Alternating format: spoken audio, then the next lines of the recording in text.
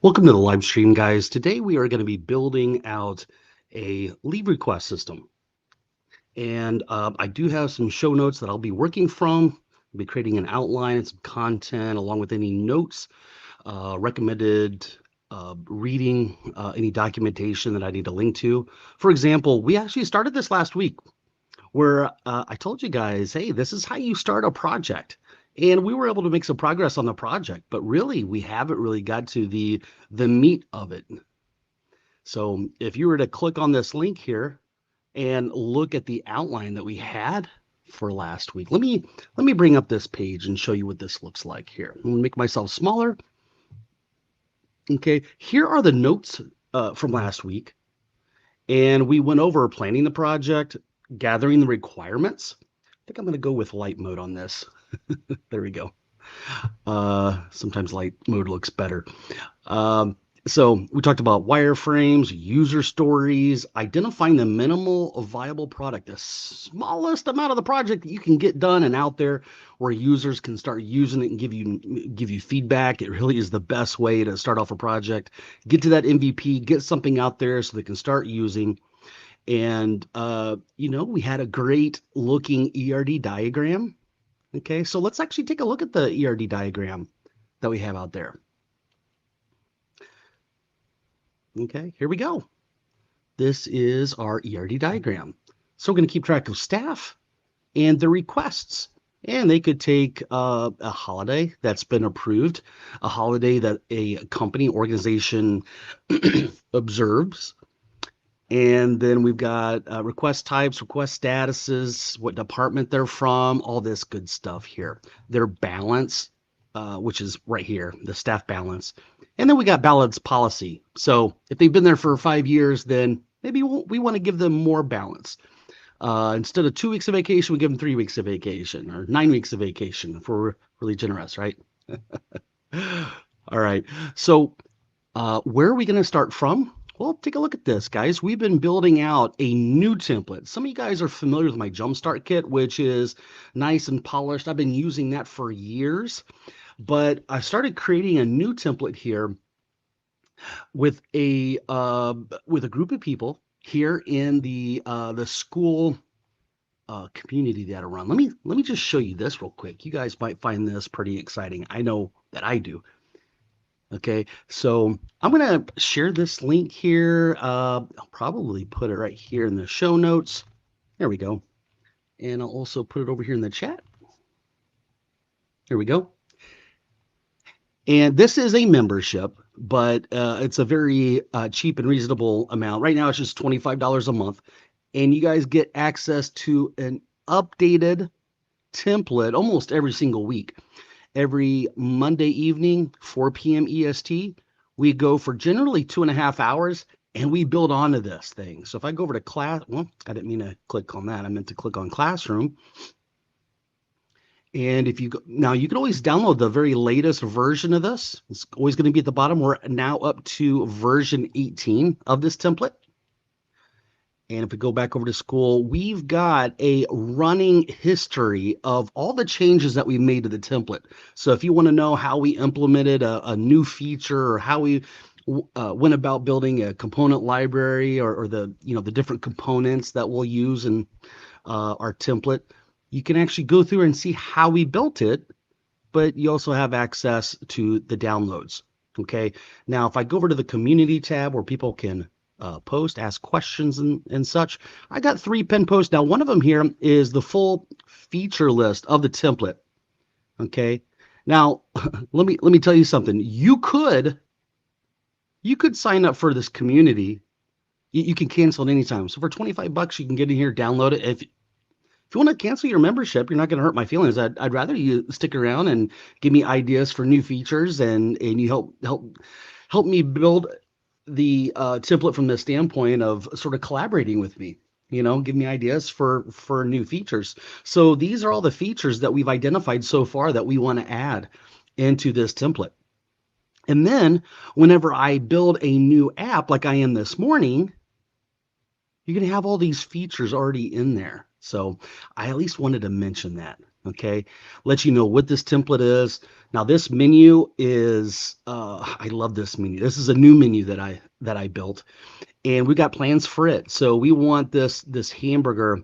Let's say we're building a mobile app and we want this thing to just minimize down to a little hamburger icon. We could do that. I also want to build in some multiple levels to this menu. I think that would be very beneficial.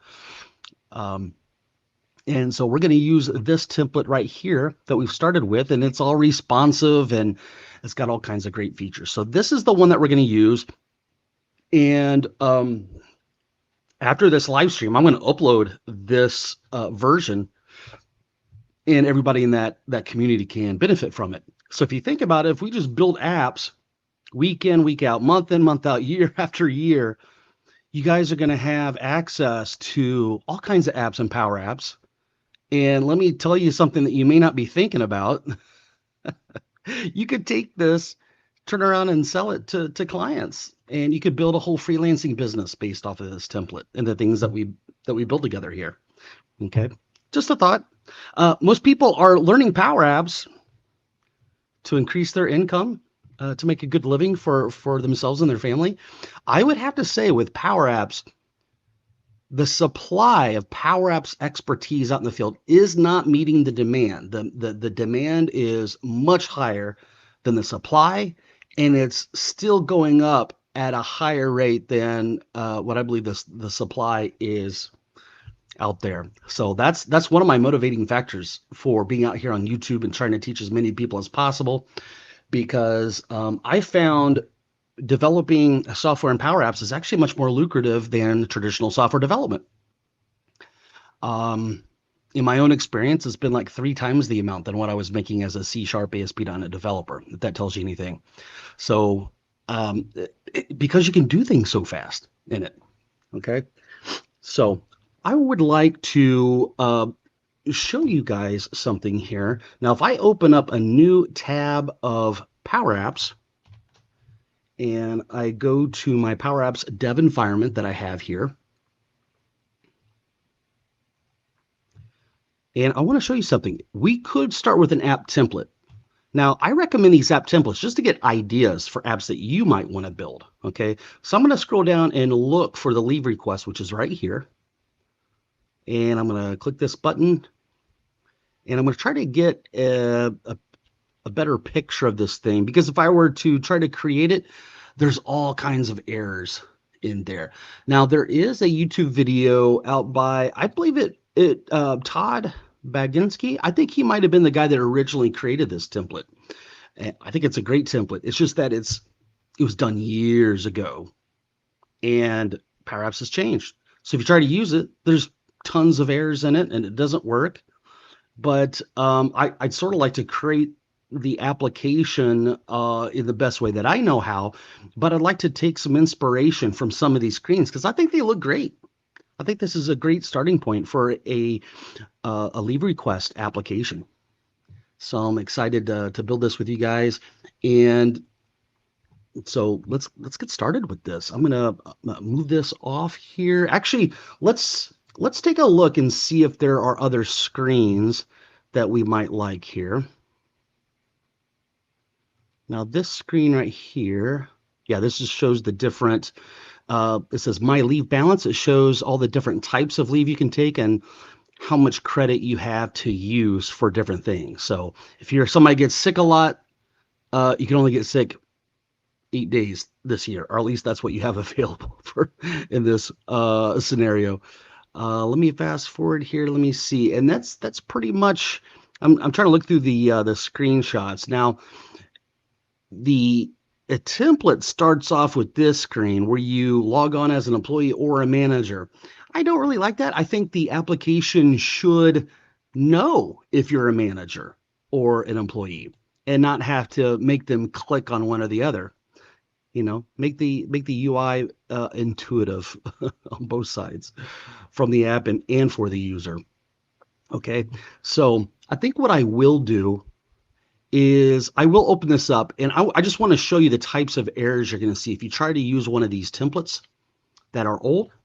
Now, if they release a new template, I'd say check it out, try it out. But chances are,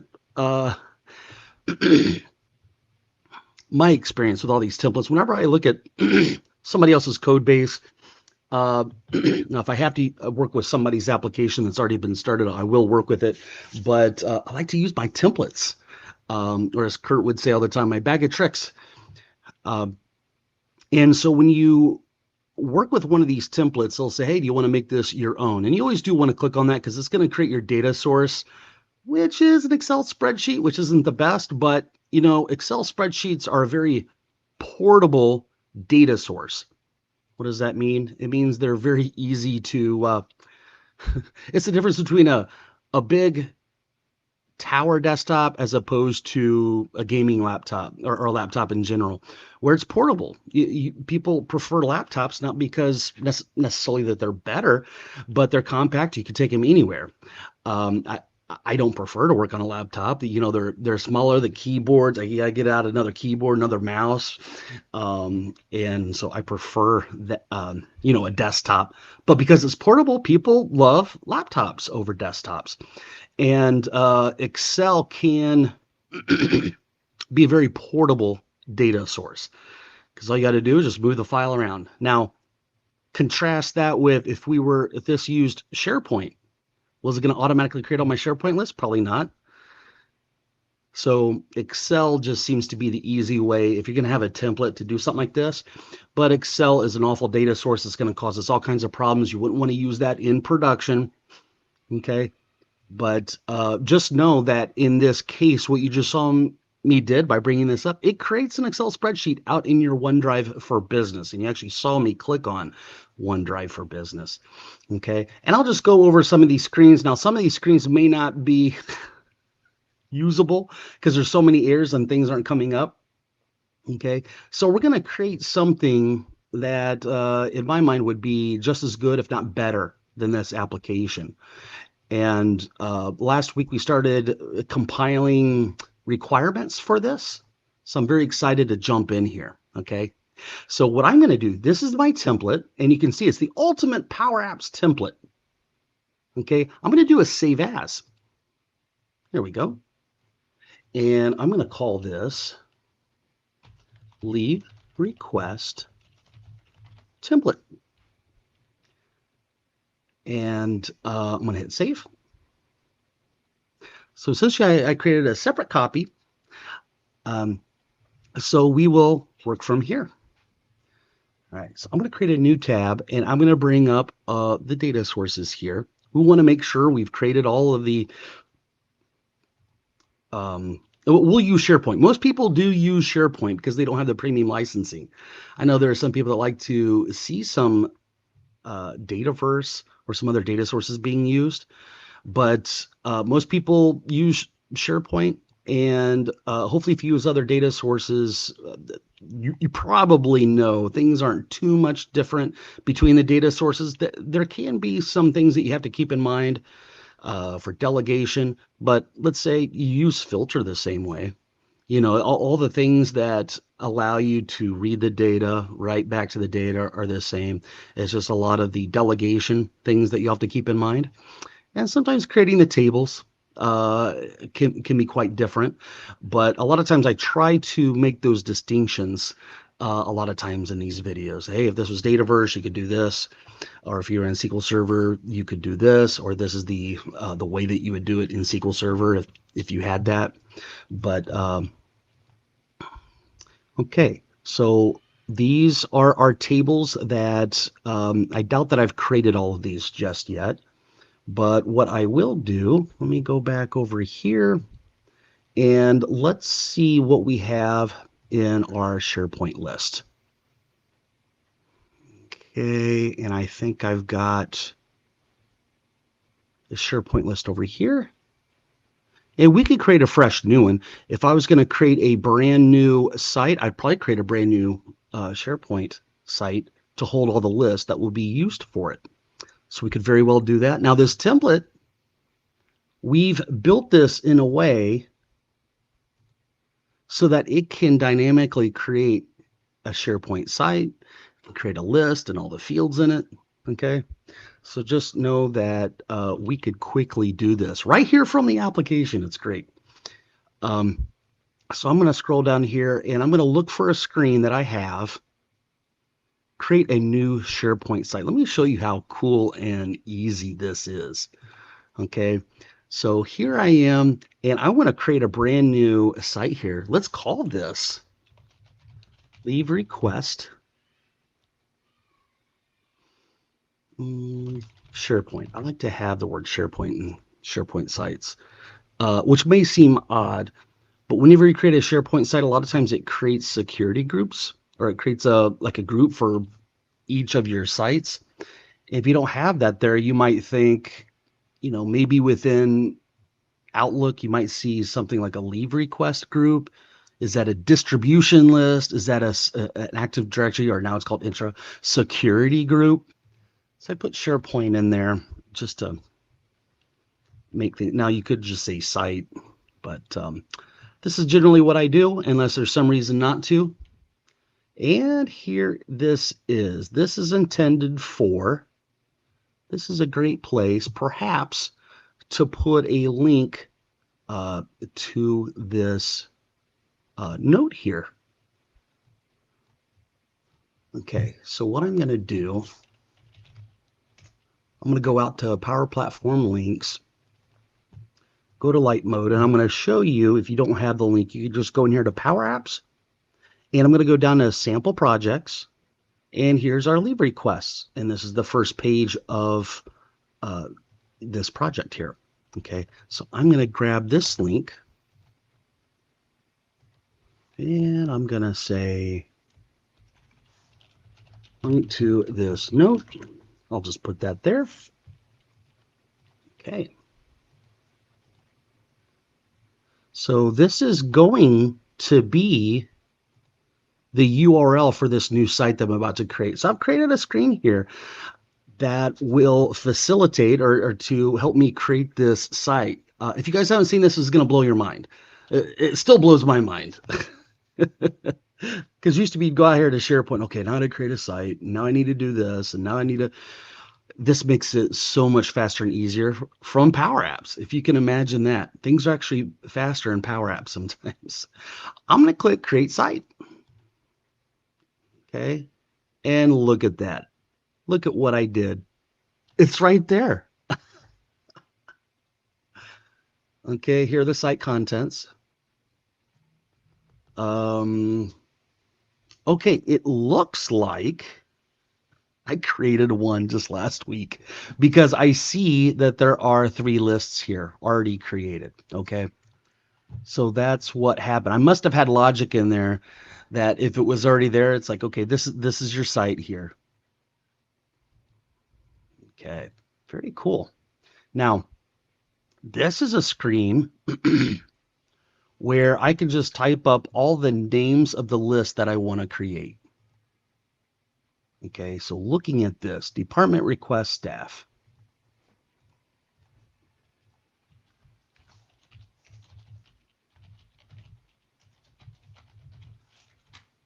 Now, because we already have those, we don't need to create them, but I at least want to have them here in the list. Because what I'm going to do is I'm going to pull this ERD diagram up to a different screen. And let's list off the other ones. So we have holidays.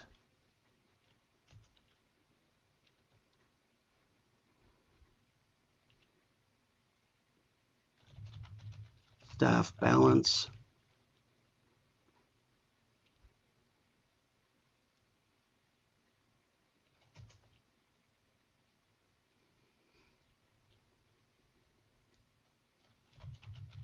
Staff department. Department. Balance. Policy. And these first 3 are already there. So I'm going to hit Control A, Control C. And I usually have Notepad++ off to the side that I can copy and paste things from. It comes in handy. Or VS Code. VS Code is very handy as well. Okay. So because we have these first three lists, I'm going to take those out. And you guys see how quick and easy this tool is that we have inside the template. You might fall in love with it as much as I have. So these are the other tables. I'm going to click on this button. Let's see what happens. Well, that's not good. Now you see this URL up here. Let's zoom in on this. You see that it doesn't have a really valid URL there. So guys, experience is what you get when you don't get what you want. So whenever you experience errors, that's how you grow as a software developer. Okay, so we've got, let's go look at this button here, which is the one that I clicked on. Now, what does this do? We get a local variable with all the lists to create. So we go through this and we're creating a collection, looks like.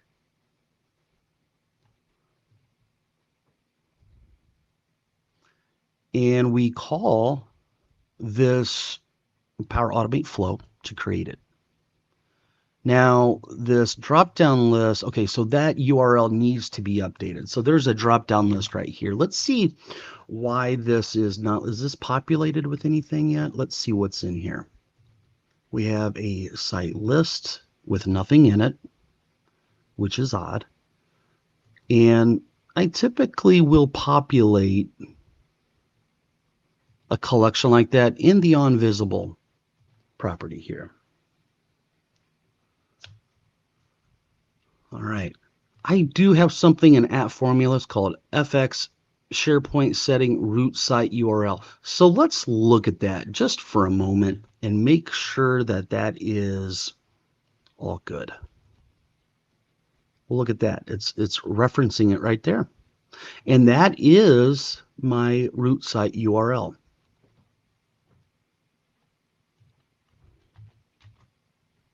So I'm going to go back here. Okay, that should be good. And what was the result? It looks like we got an error from that. Okay, well, oh, these are not connected for some reason. Look at that. Well, that would make sense. All right, let's go look. Let's go over to Power Automate and see if they're actually in here in this environment. Now, yesterday, Friday afternoon, we had a workshop where we focused on creating solution packages, but we also did some Power Platform deployment pipelines, which was very interesting. And let me make sure I'm in my own environment. There we go, Darren Dev. And I'm going to click on my flows. And they should all be here. And they are. Okay. All right. So because these are not connected, let me hit refresh and see what happens here. And if they don't come in, this is going to be an easy fix. I'm just going to remove all of these from the app and then re-add them. So let's add a flow. There we go. Field create.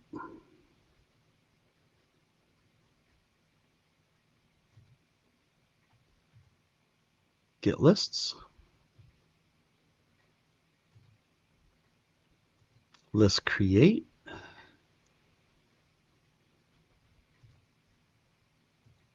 Get sites.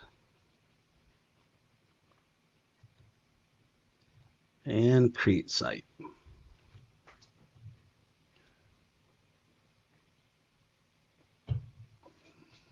Okay. There we go. Now, I'm going to go back to the previous screen and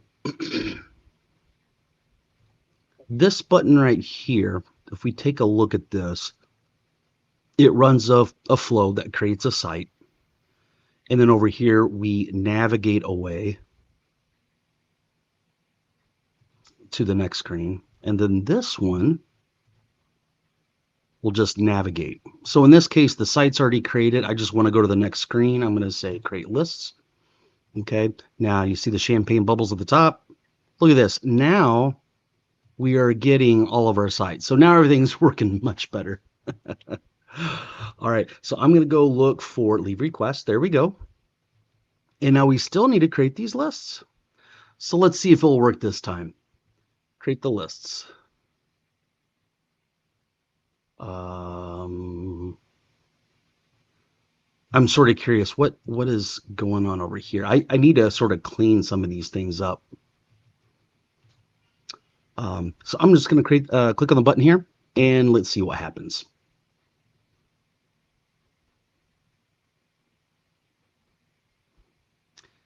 That's sort of a scary thing to hear, right? Let's just do this and see what happens. Don't do that in production, in any production. Let's just see what happens here if we do this.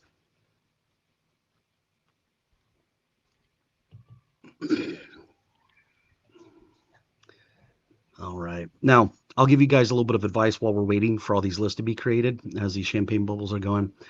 I worked for a large organization where sometimes they would purchase software from software vendors. Sometimes the business side or the departments that weren't IT, they would be tired of hearing IT say, no, you can't have that, or no, not yet.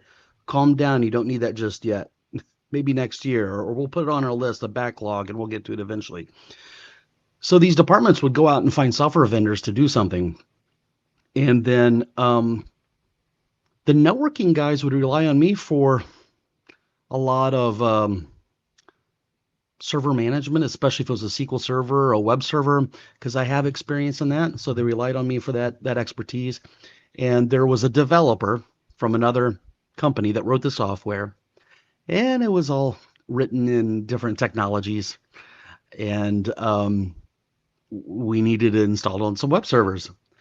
And they would say, okay, well, we'll run this script here. I'm like, okay, well, what does that script do? Well, it sets things up. It creates a database and sets up permissions. And I'm like, okay, well, I need to see that code because if something goes wrong and an employer or a boss or an executive is trusting you and something goes wrong, it's going to make you look bad. It might actually get you fired if they might deem like, oh, that's like a novice move and we're regarding you as an expert, So one of the things the developer would say, well, let's try this out. Because like things weren't working. His app wasn't working on the server and he wasn't used to Windows servers. He was used to Linux-based servers. And he said, well, let's try this out. I'm like, listen, you go off and get your own test Windows server and you come up with a full procedure rundown. And I don't want the company that I work for to be the guinea pig for your testing of your deployment model, Okay. Now I'm going to open up SharePoint and look at this, guys. It created all of our list for us. Now, normally it doesn't take that long. I don't know why it took so long that time. But here we go. There's all of our lists. Now, I'm going to go back over here. And this particular screen, what is this guy? What screen are we on? We are on, it's called screen 4, but we create our list. And what this one does, this screen 4, yeah, it was the beginning. It was the prerequisite or the precursor to this screen called create new fields. Okay, so let's pick our site we're working with, which is leave request. There we go. There's the URL to our SharePoint site. And I will click on get all the lists for this particular SharePoint site. Okay, watch the champagne bubbles go. They came back. Very good.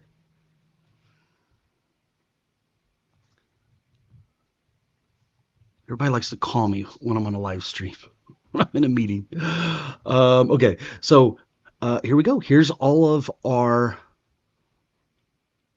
all of our lists, all our database tables. Okay, so let's look at request, because that is the main guts of our application. And I think that we did go through here and create all of the fields that we needed just last week.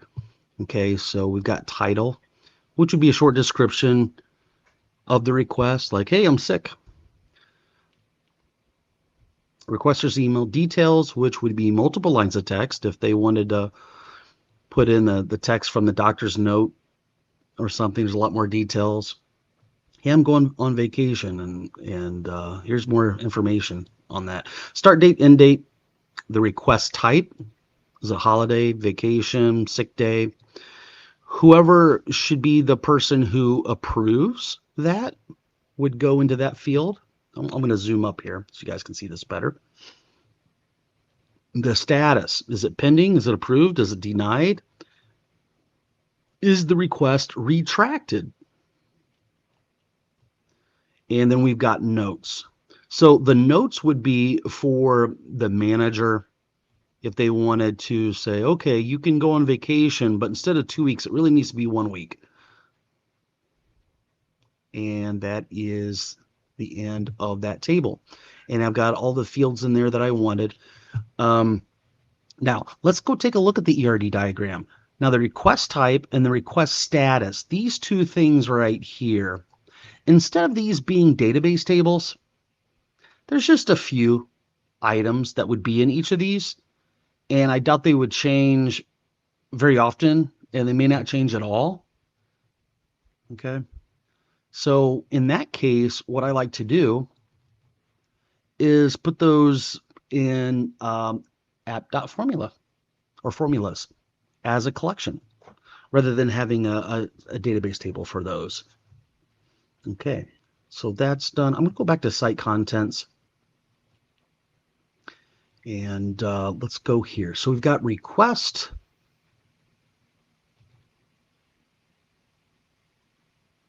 Now let's click on staff. Let's see what fields that we've already created.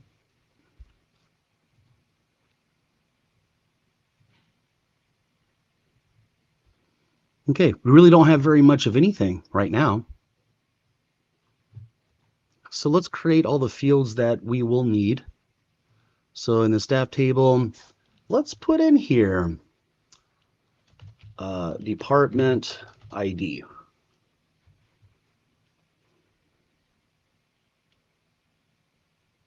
And I'm looking at the ERD diagram here. So we have a department ID that could link to this guy right here. But we created a many-to-many relationship just in case you work for a special organization where a person could be in multiple departments. So we could have a main department ID, but if they're part of other departments, that data would be stored in this junction table with a staff ID and a department ID. And it sort of serves as a really good example of a many-to-many relationship between staff and department. Okay, I'm going to pull this back up here. So this will be numeric. I typically don't set up my fields to be required. I'm going to click add field.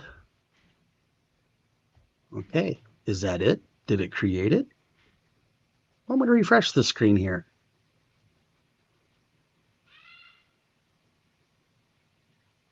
Okay, it's still working on the refresh.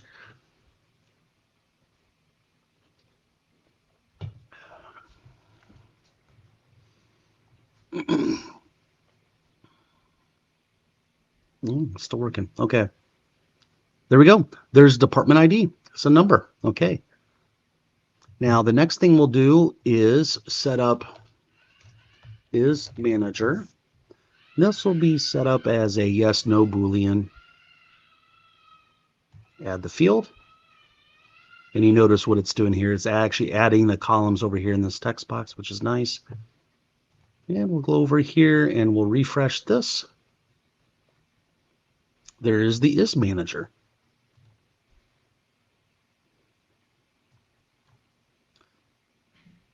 Okay, let's also keep track of the start date for the staff, and that will be date time.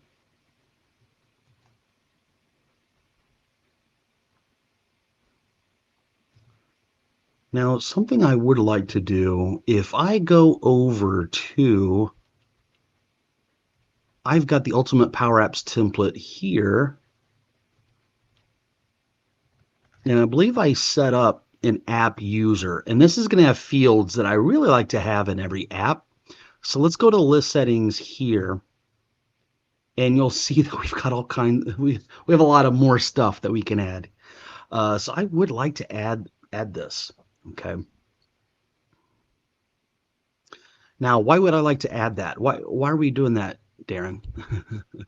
Well, let me show you. So a part of this template that we have in here is if somebody starts to use the app and they haven't used it before, maybe they're coming in for the first time, I've got this screen here. Look at this. It allows a user to update their intra information, their job title, department. Sometimes these things are automatically populated for the user by the admin. But a lot of times their photo is not. And I could go in here and set up, let's see if Nicole is in here. Yeah, there's Nicole. I'll set her up as my boss. I wonder if I can update that here. I don't know if the connector allows us to update our manager. And okay, it looks like it did. All right. Now, something I don't like about this screen, do you notice when we hovered over it, it had like a little purple type of thing going on? I'd like to update that. And that is the hover color. Now, within this template, we do have an FX theme, app theme, dot. We have a primary. And then we could go, it's a 15, 20, 50. So these are different fades of the color. And you see it's a nice light blue. Okay, so if I run that, see how it used to be purple? If I do it right here, see how it's nice and a light blue. I like that.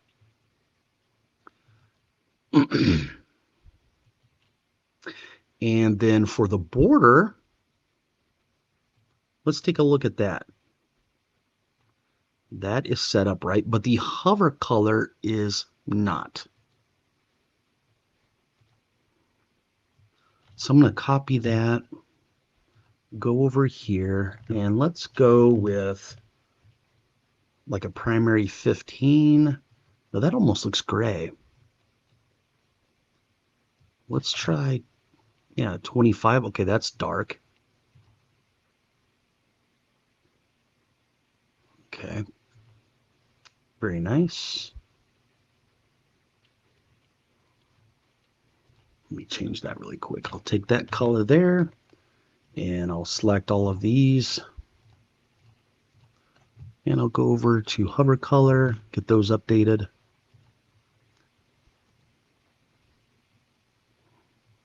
And then I think for the border, I'll just use that.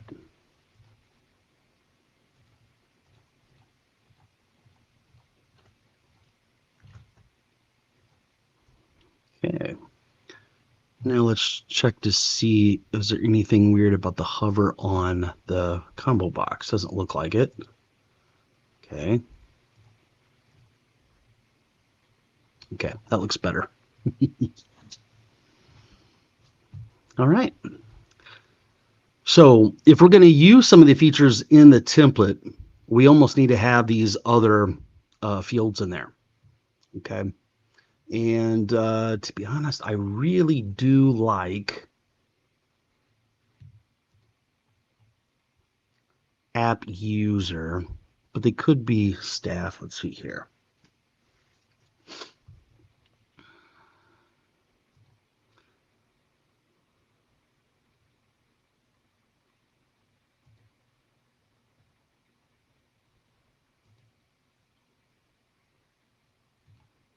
Go back over to list settings and we'll take a look at this. Okay.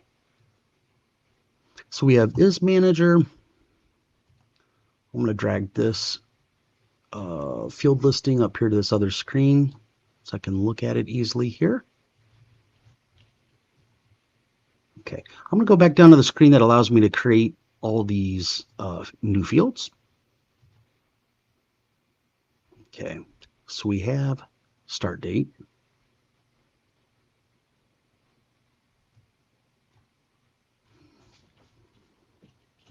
We got user email, and we'll do single line of text. We'll add that field. And then after that, we will have, I do like to have an alternate email.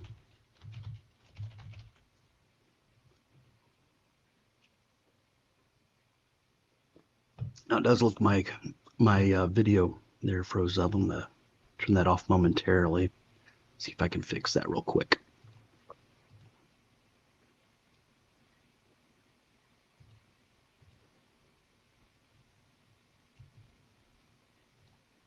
Yeah, there we go.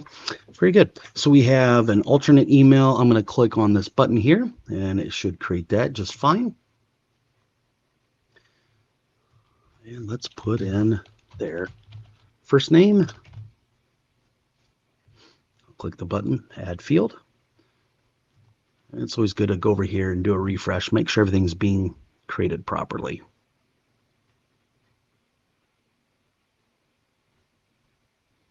Yeah, there's first name, last name. Let's also store intra ID as a single line of text. That is fine. Now, what if you had an employee ID? Maybe there's some type of HR system and there's an ID generated by that HR system, and you might need to keep track of that. So I'll add that field, and single line of text is fine.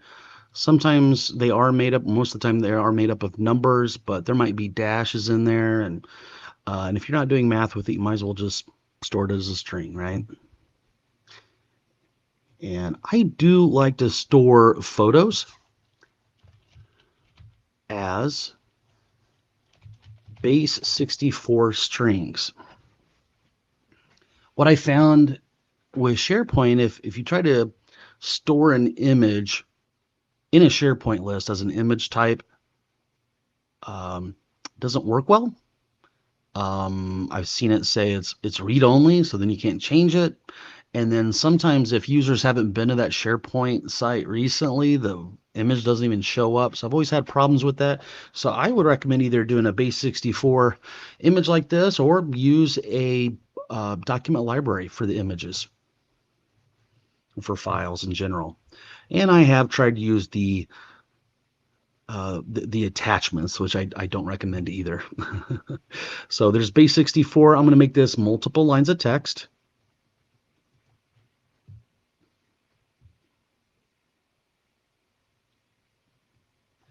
And we'll say HR notes as multiple lines of text. Very good. Now, what about if we had IT type of notes?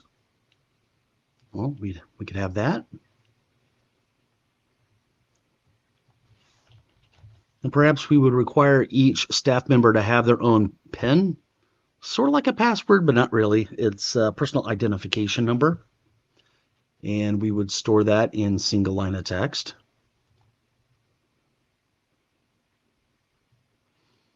Office location, single line of text. Now you might wonder, why is Darren doing this? Isn't all this information stored in Azure AD or Intra? In a lot of cases it is, but it's not accessible in a nice tabular format. So if you got a gallery listing of all your staff members, and let's say there are a few hundred or 1,000 or two, do you really want to go off and hit the Office 365 users connector for every single person all at once for one user just looking at the list? And I think that is a rhetorical question, and the answer is no. So that's why. Bad Nick. How you doing, Bad Nick? I got a hello from Chandra. Chandra. How you doing? Thanks for joining me this morning, guys. I appreciate it. Okay, so we got office location. What other types of things should we do here? Well, we could hold department as single line of text, even though in our app we do have a department table.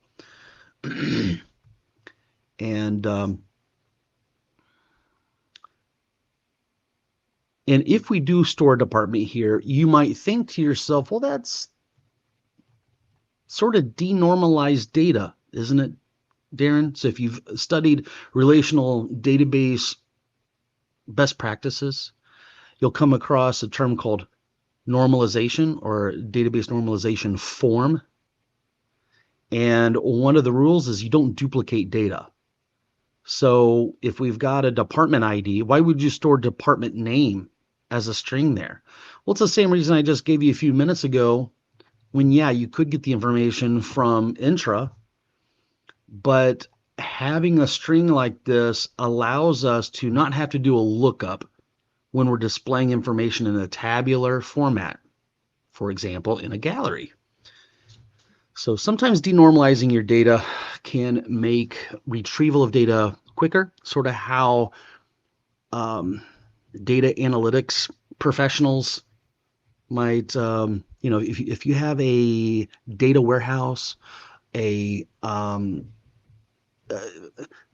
if you're creating reports and visualizations, a lot of times you have to denormalize the data and have like a data warehouse version of the data so you can easily write reports. Otherwise, in what is called an OLTP, online transaction processing, where things are highly normalized and transactional, you almost need a different type, which is analytical processing, where things are more spread out. There's more data and sometimes duplication of the data, but it's much more easily accessed.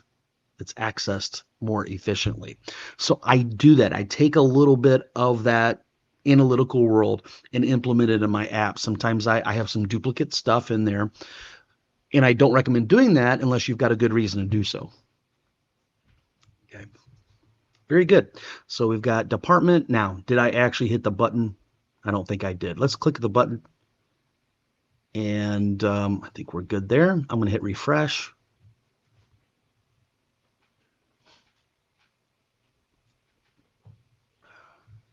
Okay.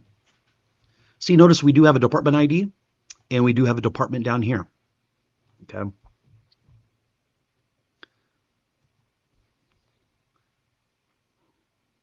right. So after department, what else will we want to create here? A job title. Absolutely. There's job title. Let's add that. Single line of text. Something else I like to create, this might seem a little weird. You know how we store the photos in a base 64 string? I also have a field where I keep track of how big that file is. So it's 0, or if it's like really small, it probably means they haven't even set up their photo yet in Intra. So you might want to know that for some reason. So I'm going to add that field there.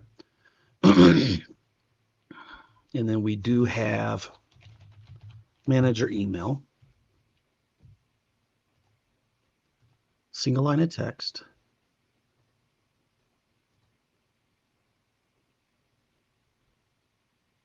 What about an hourly rate? Let's say people work per hour. Put their salary information in here. You can set up however you want, but in this case, I'm just going to put hourly rate.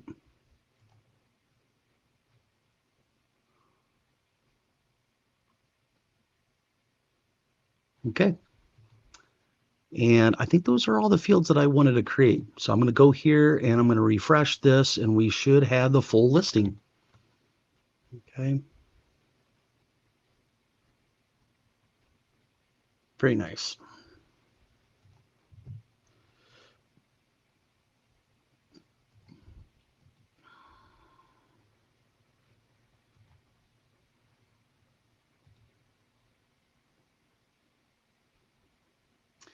right, let's go into the holidays. So let's go into settings here and let's see all the fields have been set up. Created, modified, and title. Doesn't look like much is set up there.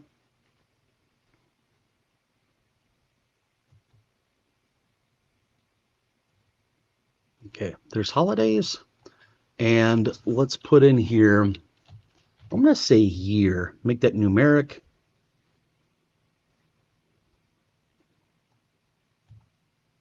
After the year, let's also put when. And this will be a date time. So, for example, Christmas Day, December 25th. When does it happen? December 25th. Okay, so I'm going to hit the button there, create that. And we already have a title. So that table is done. We have staff. Let's go look at staff balance. I'm going to refresh just to make sure it created all of our fields here. Okay, and it did. And we have staff balance. Let's go look at the settings here. Okay. I'll change this, drop down to staff balance. And let's put a staff ID in here. Okay. That will be numeric. That will be our foreign key off to the staff table. Okay. Let's also add in a leave type. And that will be single line of text. So this would be like vacation, personal day, vacation sick, that type of stuff. That would go there. And so they might get 5 sick days or 10 sick days. And as they take those days, those should be reduced. Okay, let's add that in there. And I think that pretty much does it for that table. Yeah, leave type, staff ID, and then title.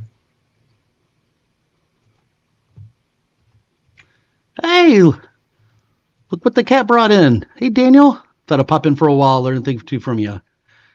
Hey, man, you're welcome to come on as a panelist if you'd like. How could I? If you want to, don't feel pressure to. But if you want to, I'll send you a link to come on here. Let's see here. I'll hit that button. I'm going to send you a link over Twitter because I think that's where we've talked before. And if you don't want to, no worries, man.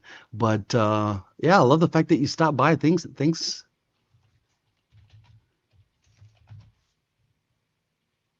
Let's see. There you are.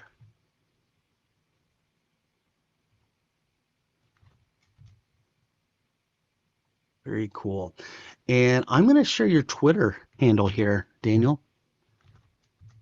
So you guys probably already know who Daniel Christian is, but he's probably been an MVP longer than I've known Power Apps and most stuff. How many years have you been an MVP, Daniel? Been out there for a while. Yeah. Maybe next time. Yeah. Yeah, I understand. Um, yeah, I'll let you get your hair done and everything before we go next time. You're welcome to come anytime, man. Just let me know when you're ready. 5 years. Yeah. I think I just got my my little puck for the second year. Um, but yeah, very cool. All right. So what we've got here, let me go back to my ERD diagram and see what we've got, what we don't have. So we just did the staff balance. Let's go look at the balance policy. And I'd imagine we just go into settings here. Okay, and not much has been created there. So balance policy. Let's put in, actually leave type is something that I would want in there. So let's make that single line of text. Okay, I'm going to show you guys my ERD diagram again. Daniel says, I've worked with Power Apps, Power Automate, and some Power BI for almost 10. Wow. Well, it was still private preview. That's impressive. That's how I was with .NET back before, it was in its beta. I was so looking forward to it. And I was a little bit of a latecomer to the Power Platform, but once I found out about Power Apps, loved it. Yeah. So this is nice to hear from you, Daniel. Absolutely. And Daniel, I know your YouTube channel, you cover all kinds of really cool stuff. Some of the other Microsoft tools that I've never either heard of or have never used before, which is really cool that you got a lot of variety on your channel. So if you guys haven't checked out his channel, definitely check it out. Yeah, absolutely. So this is the balance policy. So based on seniority, and this could be like years of service, they would get, let's say, 3 years of vacation or 2 weeks of sick time, and we would all keep track of the policy there. Okay. And all right, let's go back to our app here. So we do have leave type. I think that's been created.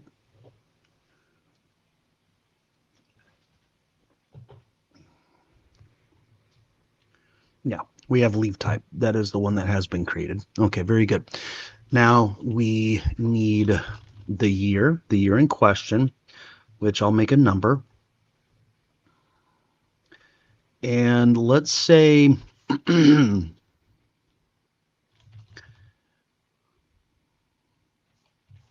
seen already years.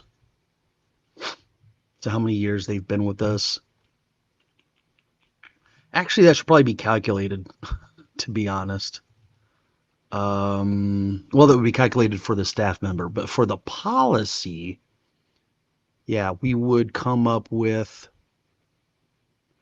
like, this field would hold 5. Like if they've been here for 5 years, and then we go to the staff member, look at their hire date, and determine if they qualify for the 5 years or not. Okay, so let's add that seniority years.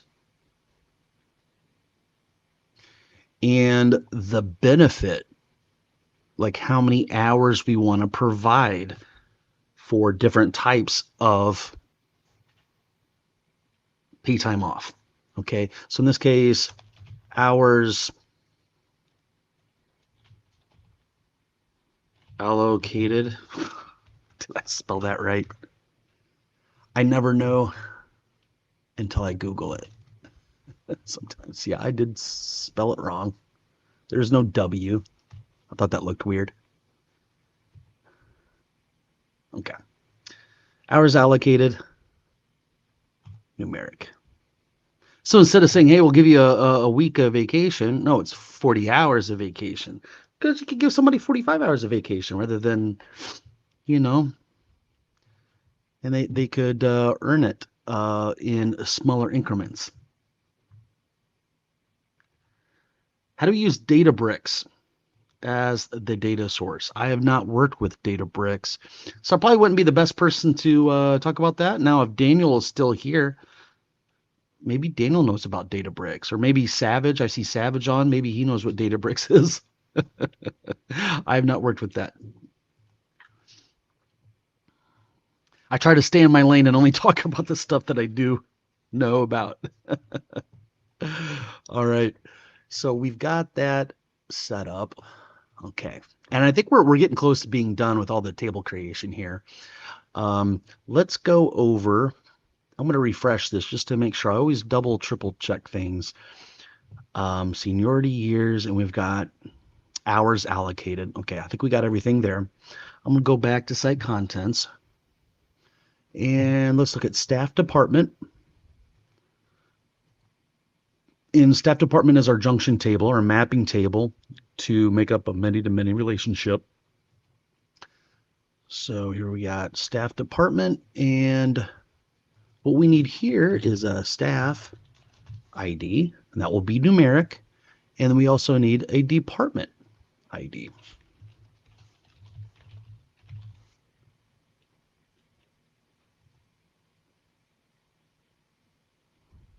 Something else that I would like to do is maybe have notes. So if somebody has, um, let's see, Darren in his company, he is one of the executives, but he's also in the training department, you know.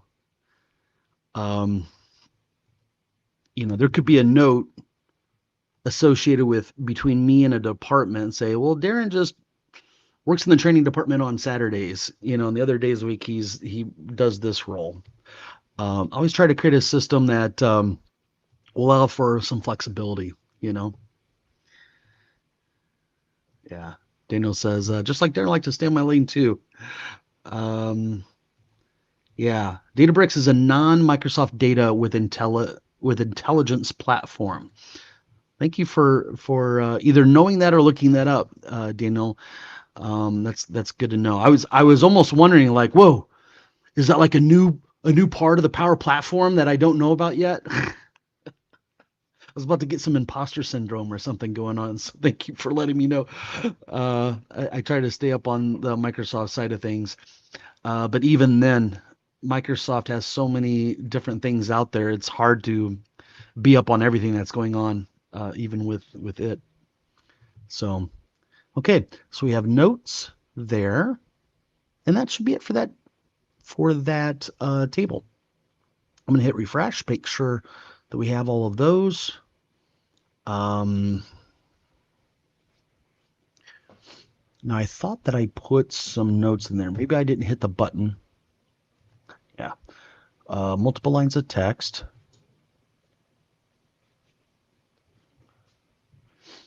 Very good. And guys, I do have a request for you guys, if you don't mind. Out of this, a comment or even a like really helps the channel, and lets people like you know this is good content. Much appreciated. Very nice. All right, I'm going to go back to site contents, and let's go look at the state of our department list. And if this looks good, we're going to be set. And department, we only needed really a title there. Maybe we'll put in notes for department.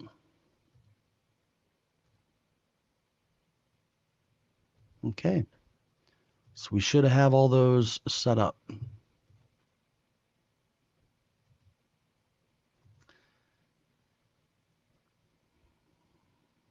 Okay.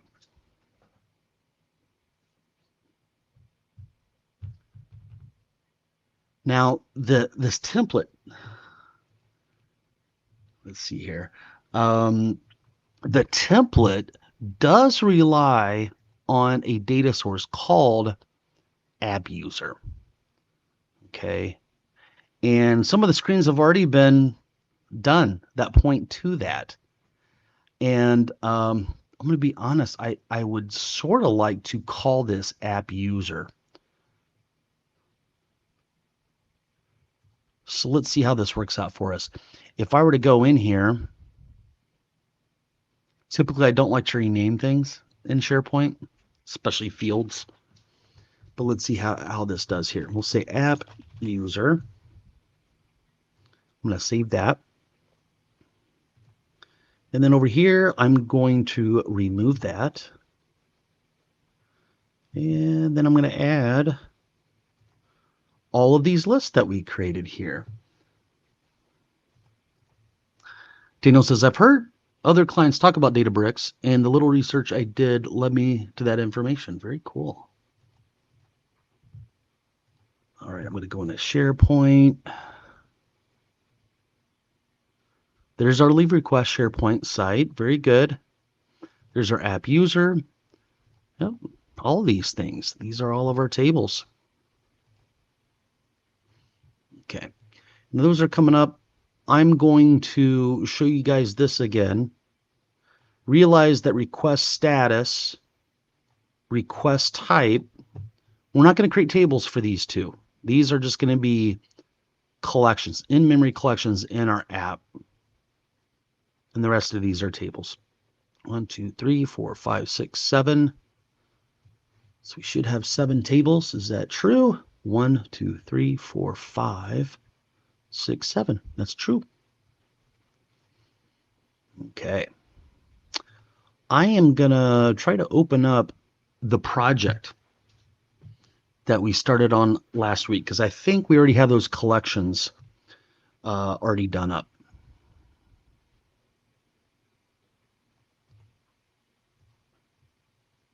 I just don't remember where.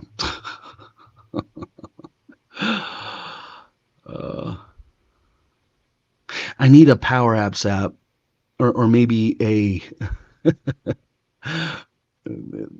maybe the Center of Excellence toolkit to keep track of all my environments and tenants and projects and solutions. And all right, so I hope this is it. And hope I could just copy and paste it. Yeah, this is the one that we started from last week. And I'm going to go into app formulas. Look at this.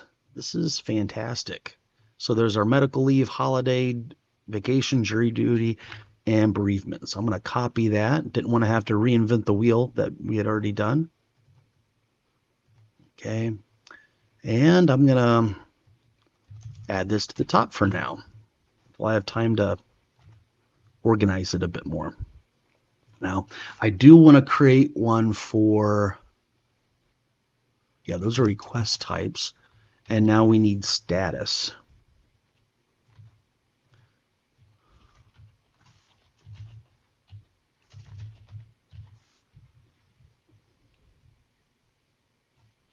So we'll have pending, approved, denied,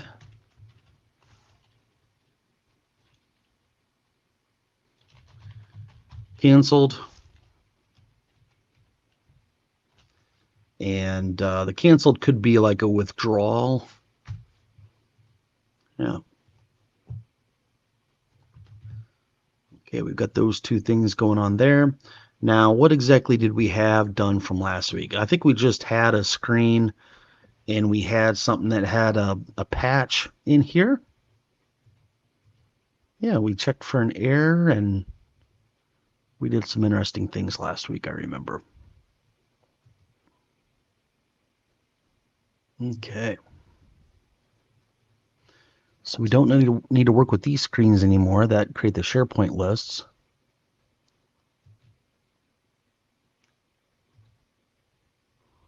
All right.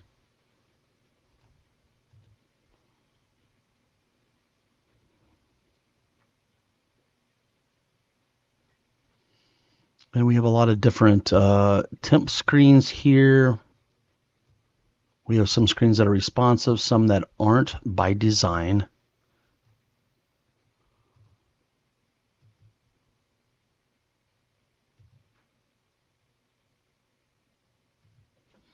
And I think this header should be inside. We have a container up above, and that should be in there. Very good. Well, we probably want our stuff to be responsive, so let's pick one of these screens that has this.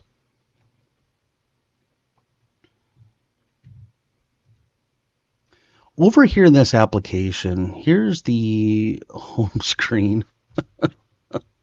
Let's look at how this is all set up here. And gee whiz, we got all kinds of problems here.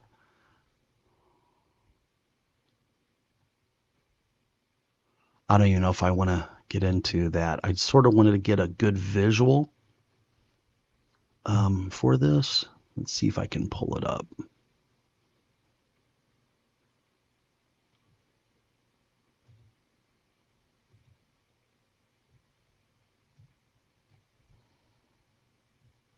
Okay, if we look at this leave request application, this is the the menu. We got my leave requests, my leave balance, company holidays, and about. That's probably the default view because people should only be able to see their own stuff.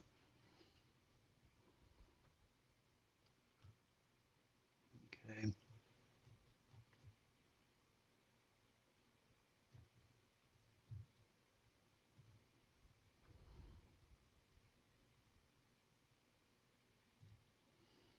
Now I do have a screen here that serves as a template. This is responsive. It does have a gallery listing and it does have something off to the side where we've got an edit screen. It sort of looks like a form, but it's not. We got the menu there. Okay.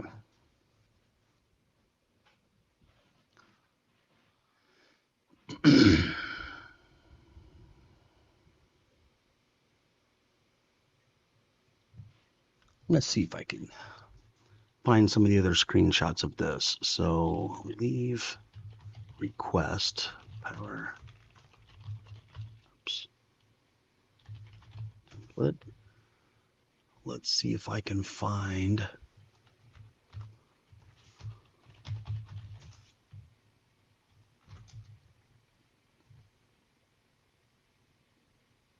Yeah, some images here.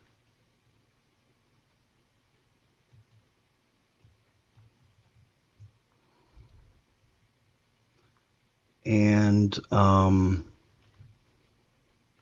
I could get some of these to be bigger here. Okay, I think that this is, of course, you can't see it very well here. But here's a screenshot of it where we have a listing of all of the requests that we've made, and then off the side we've got the request details. Okay, sort of like that.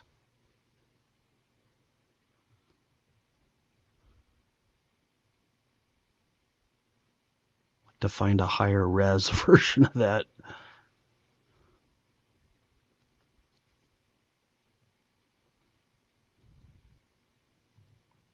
Okay, here's Microsoft documentation on the templates, it looks like. And it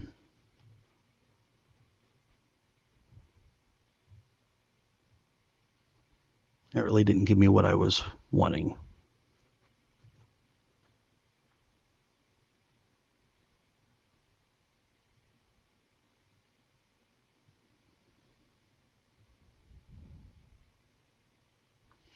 Okay. I think we should just jump in and create this thing here. So I would like a screen like this where we do have a gallery and then we might heavily change it. So what I'm going to do here is I'm going to duplicate a screen.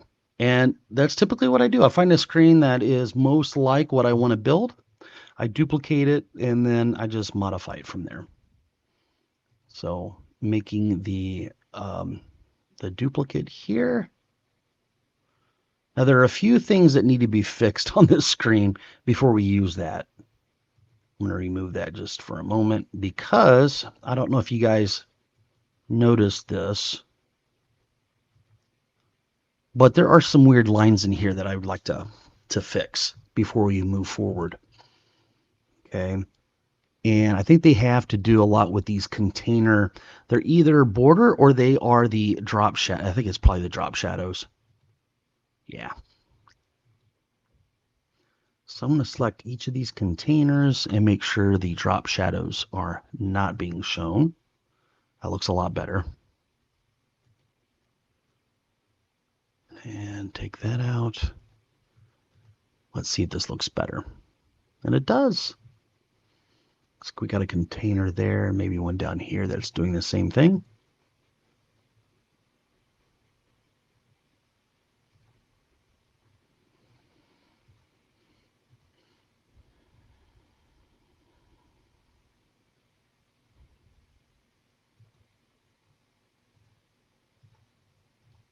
All right, so we'll run it. Now, does this looks a little odd now. It's like it, It's not quite consistent, the gutter there. All right, Max Garcia, super chat. 1000 AR. Hi, Darren. Regards from Argentina. I want to thank you for all your systems. They help me to improve my work and get a few freelance jobs. Awesome. Glad to hear that. Now, I don't know what ARS is, but I'm just going to assume that's like USD. So thanks for the $1,000. Hopefully, I'll be able to take my wife out for dinner. Uh, thanks so much. I appreciate it. Very grateful for you guys. You know, if it wasn't for you guys and your interest in what I do with Power Apps, you know, I wouldn't be able to do all this. So I have a lot of gratitude for you guys. So I just want you guys to know it's mutual. Without you, there is no me out here doing Power App stuff, you know? So I appreciate you guys. So, all right, let's see if we can fix this. I'm a little bit of a stickler on visuals for some reason. I don't know why I am the way I am. Okay, so we have a container here, and I do find sometimes these responsive containers a little challenging. Okay, so we've got padding 20 all the way around. Now, if I click on this container here, I should probably have something in here, at least 10. Let's see what that looks like. Okay, that does look it's right on. Okay. Yeah. Hey, thanks for dropping by, Daniel. I appreciate it. It's good to see you. Yeah.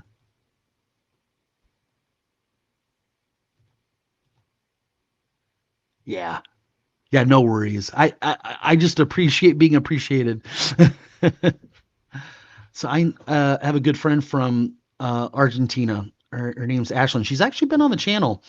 She was a nanny that she watched our kids for a while before she left Orlando. But a very nice person. Yeah. Very cool. All right. So now that I've improved on that screen, now it looks like there's a little bit of some. Now, what is this? Doesn't seem like we've got a good label for this. Some good text to put in that label. So what am I going to say here? This is going to be, I'm going to put in here. Oh, yeah. Search for user. Let's uncomment this out and see what's going on. Search for user. Okay, I'm going to leave that the way it is, but at least have something there. There we go. Now it doesn't look so odd. And the question is, should these be black? Okay, it says app theme colors. Is this app theme colors as well? Yeah, we want to use our own. So this should be, and I don't think I can select more than one control that are in different containers. This should be FX app theme. Let's try primary. Let's see. No, that's not really dark enough, is it? Primary 25.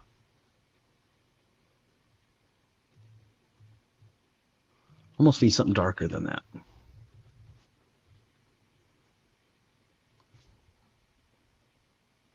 Now the background of this, if we look at our color, primary 75. Okay.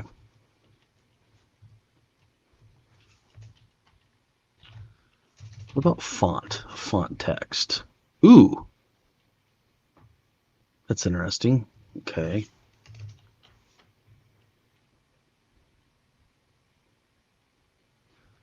Primary 50. No. 75. The higher up in the number we go, the lighter it goes. I think 15 is almost black. Yeah, let's go with that.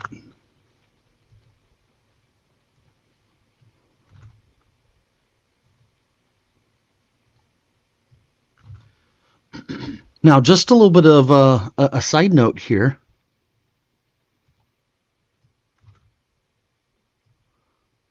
is you notice that I'm sure if you really like Power Apps, you probably have checked out the modern controls, and perhaps some of you like really like the modern controls, which of course comes along with it, these themes. Now, we're not really using these themes, so anytime I see something that references that, I always like to replace it with our own system because in my own humble professional opinion is that we've got a theming system that's actually better. Okay, so if I run this, this is our color theme that we have here. Of course, the menu isn't acting right. Need to fix that. But this is just a little test screen. And we got two themes that have been defined so far. We have a dark theme. Isn't that cool? Now, what does that dark theme look over there on that screen we were just working on? Let's go take a look at that. Okay, that sort of shows me that there's a few things that I need to update here. Okay, very good. But you can see where we're going with the theming. It looks like my video is doing some weird stuff again. I want to change over to a different web camera for a moment there, and then we'll switch back. And there we go. Very good. Okay. Back to the screen that we're working on. Okay, this is looking good. Now that I've got it looking just the way I want, I'm going to duplicate it.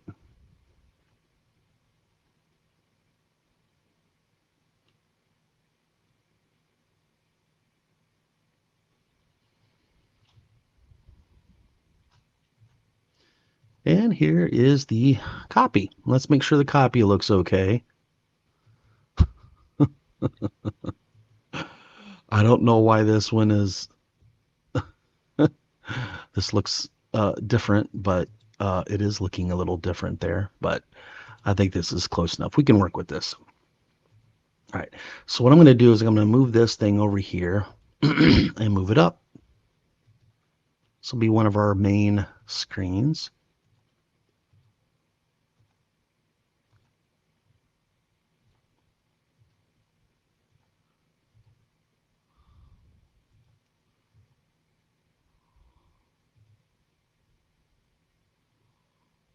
Okay. And I might actually have this be the home screen. Because if you look at our home screen right now, look at this. We don't have anything there. So we can end up making this, that the home screen. And it will also be the my leave requests. Okay, so I'm going to go over here and I'm going to call this my leave requests. Very good. Now, if we want to make this, the home screen, we'll need to go to app in the loading screen. And what we have here, we've created this loading screen to sort of replace the whole app on start. And I just get the feeling from Microsoft they don't want us using the app on start unless absolutely necessary. I'm trying to move as many things over here as possible, and I would recommend you guys doing the same thing. Now I do have a timer here that I believe is responsible for moving it on to what the home screen is. Okay, we go through and we add all these things. Okay. And then over here, we've got a button looking for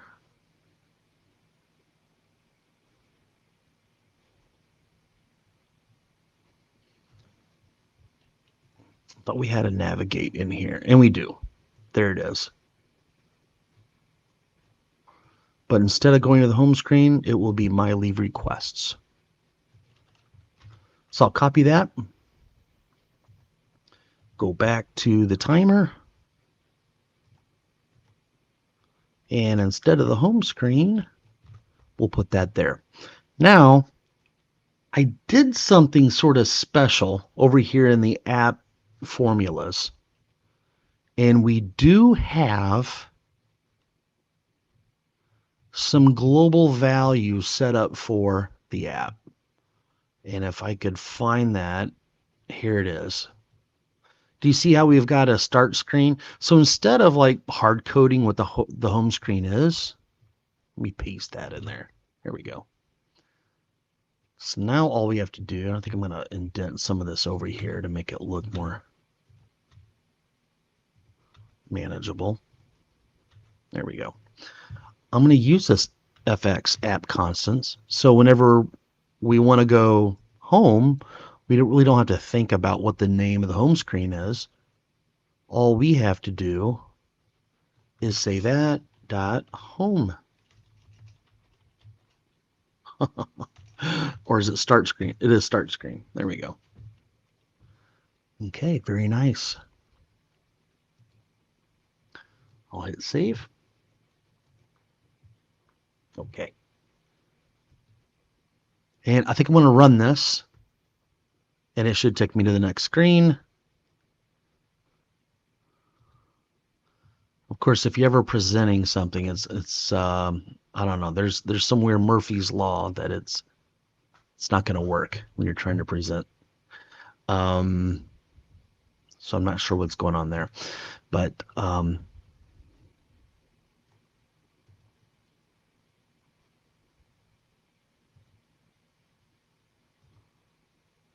okay, I do see some champagne bubbles going there.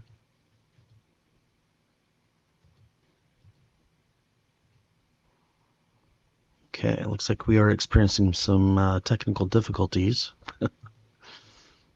And this screen is showing the spinner.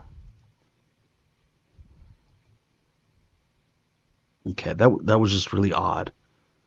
Okay, so here we want to show, if I can bring up the right window. Yeah, I'm going to take that up and look at our ERD diagram. So this gallery, what should we use for this gallery to show all the requests that they've made for this year? And I believe that we should be looking at the request table, and then we just filter it. So here's the gallery, and let's actually give this gallery a meaningful name. So gal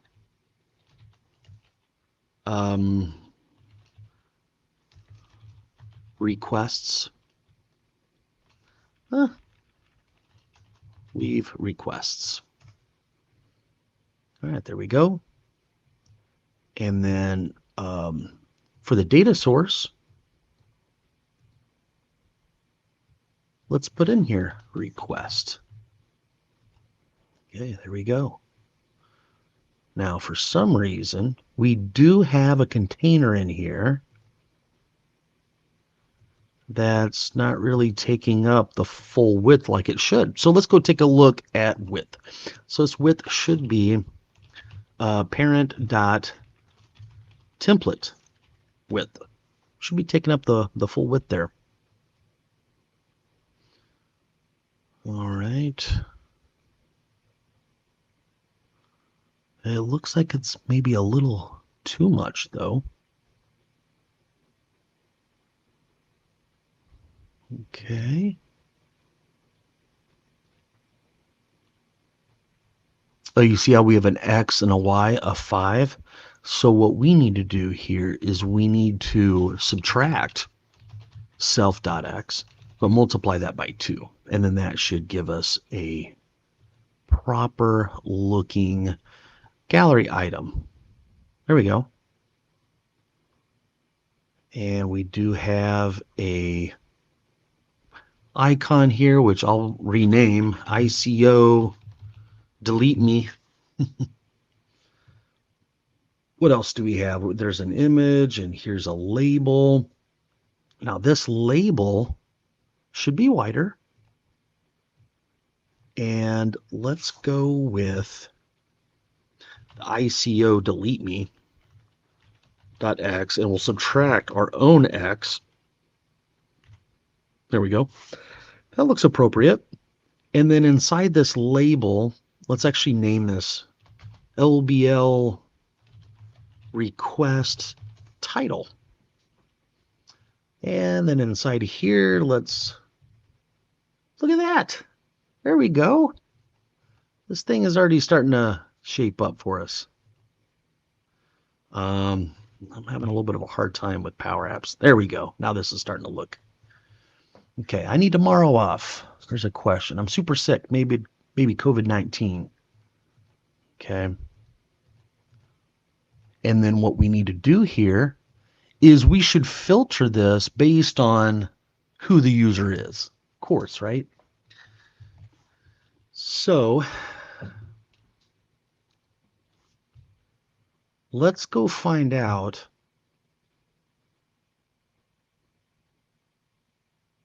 our staff ID. So up here in apps, we have formulas. Now, do we have anything in here for current user? I don't see that. What about app user?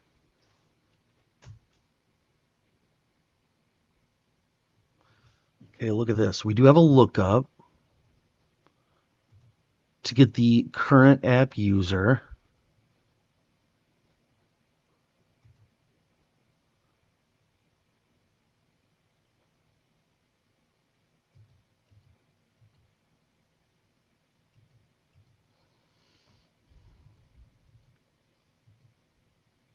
Okay, I think that we should put it right here.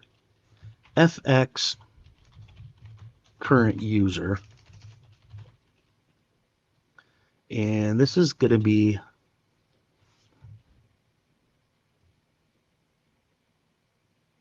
this. I'm going to cut that out, put it there, and then grab this guy and put him there.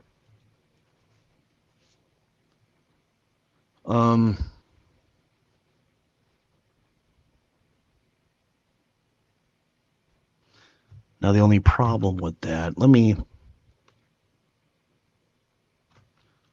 put that back in there. Control Z, there we go. Copy that. Instead of FX app users, I want to look at app user. There we go. That's what I was trying to do. And I'll leave this guy alone. Okay. And the field in that database table is called user email. That's what we want to look up. So now we've got a current user. So check this out. In this gallery, we want to do a filter here where the ID equals the current user's ID.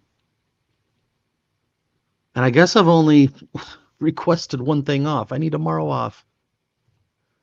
Okay.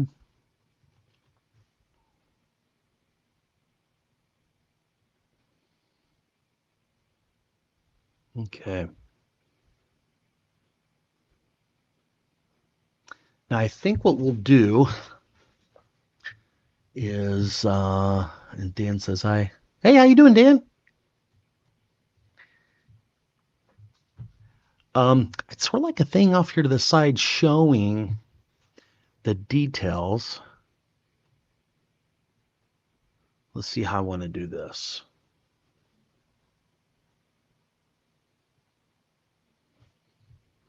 I think I'd like to change this quite a bit on this side. So we've got a responsive container here. And then we got buttons that go to the side. Okay.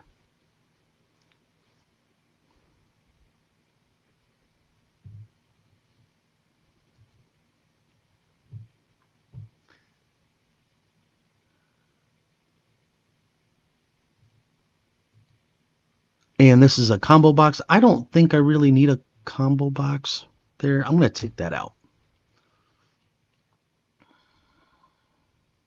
Okay.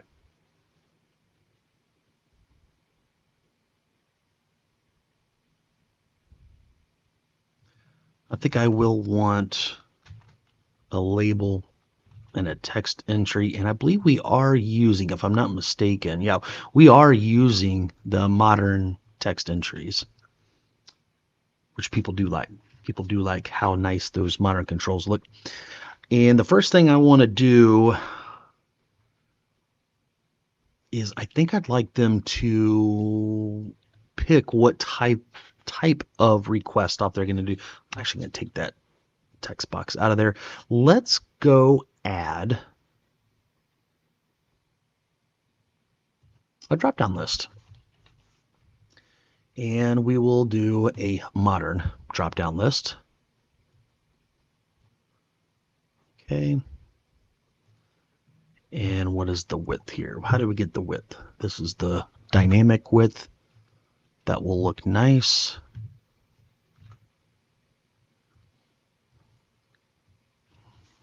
We'll say leave type. Now the leave types are in FX. There's a request type. That's what they were called. Look at that.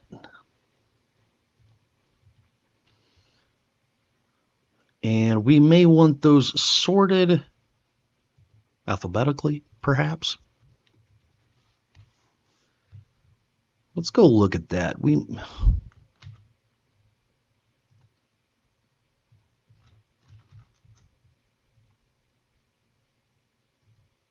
I almost want to sort it by default inside of here. So H,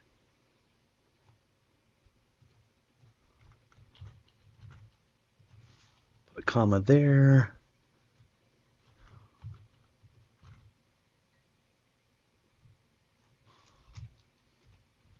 There we go. Now they're sorted. Pending, approved, denied, canceled. That is the order. I don't care about the alphabetical order there for the statuses, but this is the natural progression. Either pending, approved, denied, canceled. Okay. So we've got that. And what type of, I almost don't want any left padding in here for these labels. So I'm going to take that out.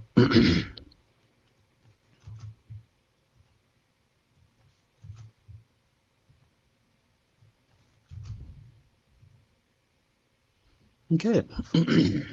The next thing I would want to have in here is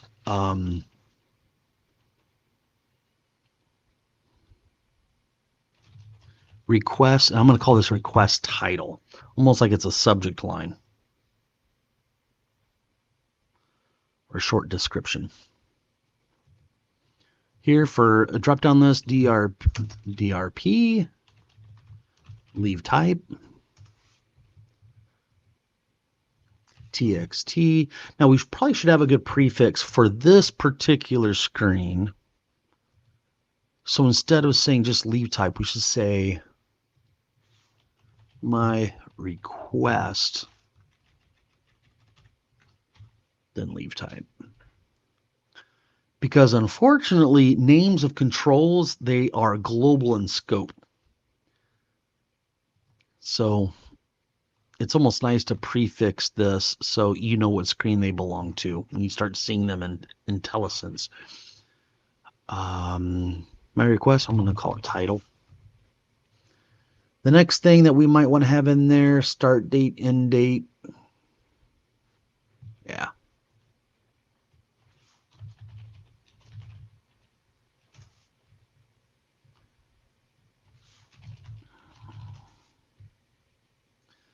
And these controls will have these be the modern date picker.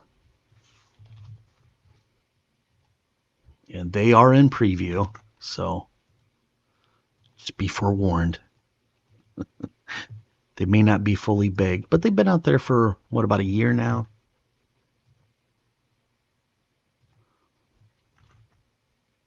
Okay. Now, did I paste that in the same? Okay, I'm going to copy that control, paste it there. There we go.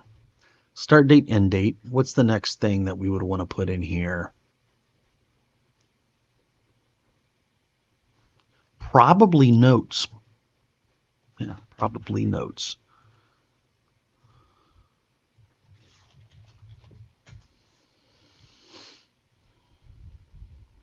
So I'm going to take this text entry, paste it down here, and I'm going to set this up to be multi-line. And then what I'm going to do for the height is I'm going to say whatever the parent height is, subtract self.y, then subtract self.x. That should give us the padding.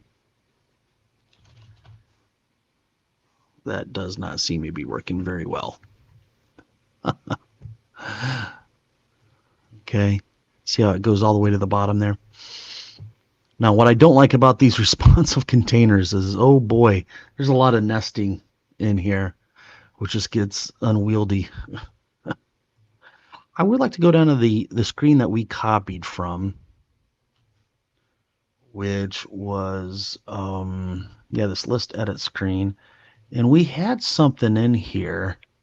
See this height?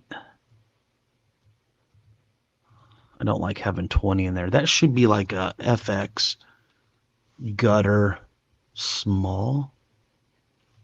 There we go. I don't like literal values or hard coding things in there.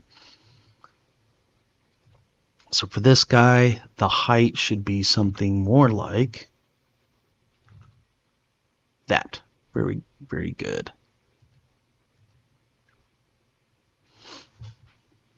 Okay. Starting to get fun now. Hey, look who it is. Hey guys. It's Franco.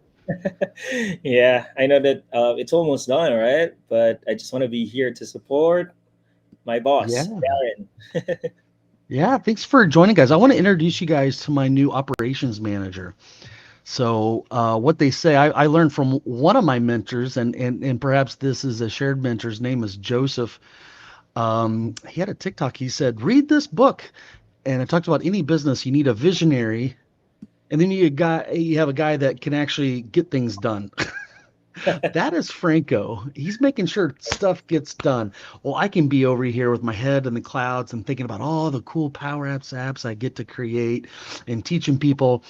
And Franco makes sure the lights stay on and all the practical things are getting done and stuff like that. So I've been excited to have you on the team, Franco. And Thanks, man. you're a very intelligent guy. I've seen some really cool stuff that you do in Google Sheets. You're almost like a Power BI expert and you don't know it yet. Yeah, So I'm hoping that eventually we can start doing some Power BI stuff. definitely. Of course, in the future. But you got a great personality. In fact, if you look at your personality type, you're very close to my personality type, except you've got the one letter that makes you good with like practical things, I think. What do they call that? A judger or a um, Like something someone. like that, you know. Yeah, I think Um, I have like I think it's under judgment or something like that. yeah, Judging. Yeah, but I'm not yeah, judgmental. yeah. It almost sounds like a negative thing, but it's Yeah. actually a positive thing. So you're either from the original Myers-Briggs personality types, you're either a perceiver or a judger, Yeah. and a perceiver is good, maybe good at creative things, where a judger is good with practical things. Not that one person can't do the other, but it's just like they're just better at it, I think. But Yeah. yeah, I wanted to invite you on so you can meet everybody, but also, Franco, you're a really smart guy, and I sort of like your input on some of the stuff we're building here. And to be honest, with our little team going on here, we might have some staff that might want to request some time off. So this is an app that we're building today, is building a like a leave request type of thing. Mhm. So if you got any thoughts while we're building this, feel free to share. I know you've got a lot going on your end of the world. So if you can only stay for a little while, that's completely fine. If you're able to stay the rest of the time, that's awesome too. But I love having somebody on here that I can sort of bounce ideas off of and get some additional good ideas. So Yeah, thanks for man. being here. I'm your new student, man. I'm All looking forward. right, I like it. Yeah. I think one of the things that what happens whenever you become an expert in something, especially when you're teaching other people, you just start to assume everybody knows something. It's like, oh well, let's just do this and blah blah blah. Where if somebody is, I have somebody there that's still at the beginner level, still learning. They're like, whoa, whoa, whoa, slow down there. What did you just do? I'm like, oh yeah, that I probably should explain that. So if Yeah. see any of that type of stuff, feel free to slow me Right. down.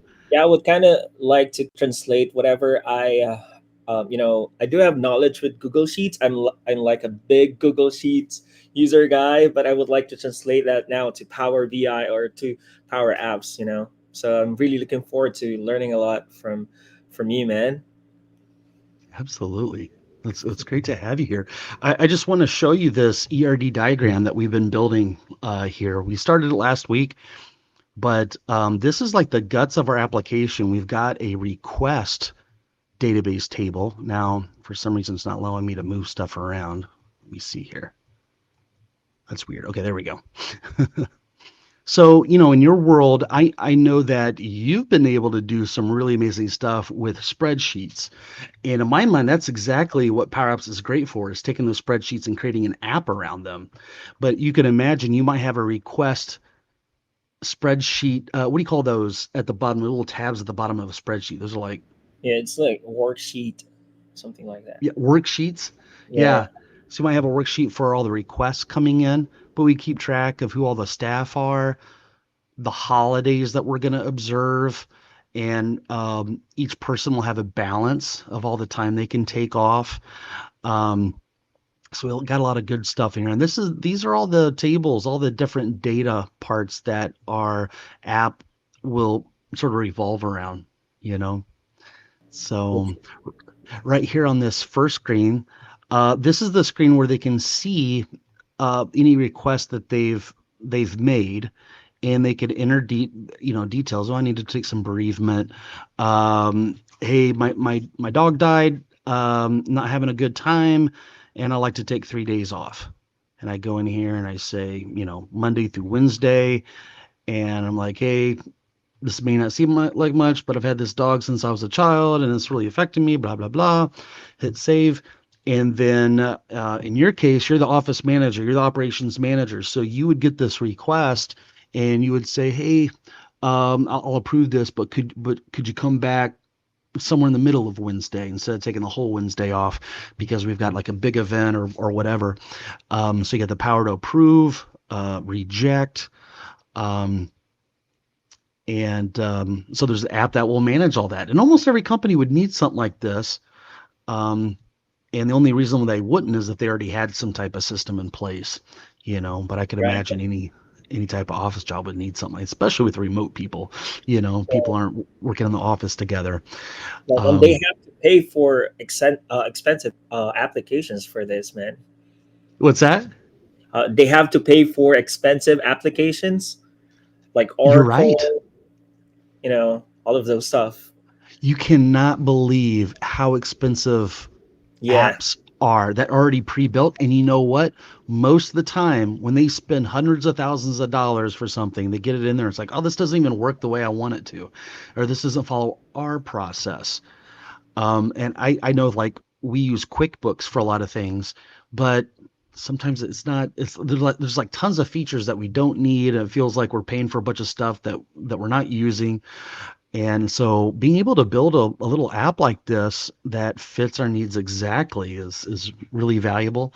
And I think a lot of our viewers here, they want to be freelancers. They want to start their own, small business. They want to join my accelerator program and help me mentor and apprentice them so they're at a point where they can go out there, hit the ground running and make a lot of extra money as a freelancer, as a business owner. So this is a great sample of an application that you could use. Or you could take what I've done here and use it as a template to build onto, customize for a client, and again, make money. Yeah, So, definitely. yeah. So whenever they click on one of these items, so I want employees to come in here, be able to click on something and be able to modify it.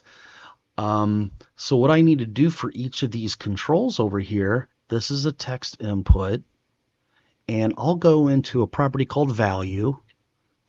Oh, look at this. Well, here's the value. I can look at this and see what's going on. So if it's a new record, we probably want it to be blanked out. Otherwise, we will look at, okay, this is the gallery that we're looking at here. This is gal leave requests.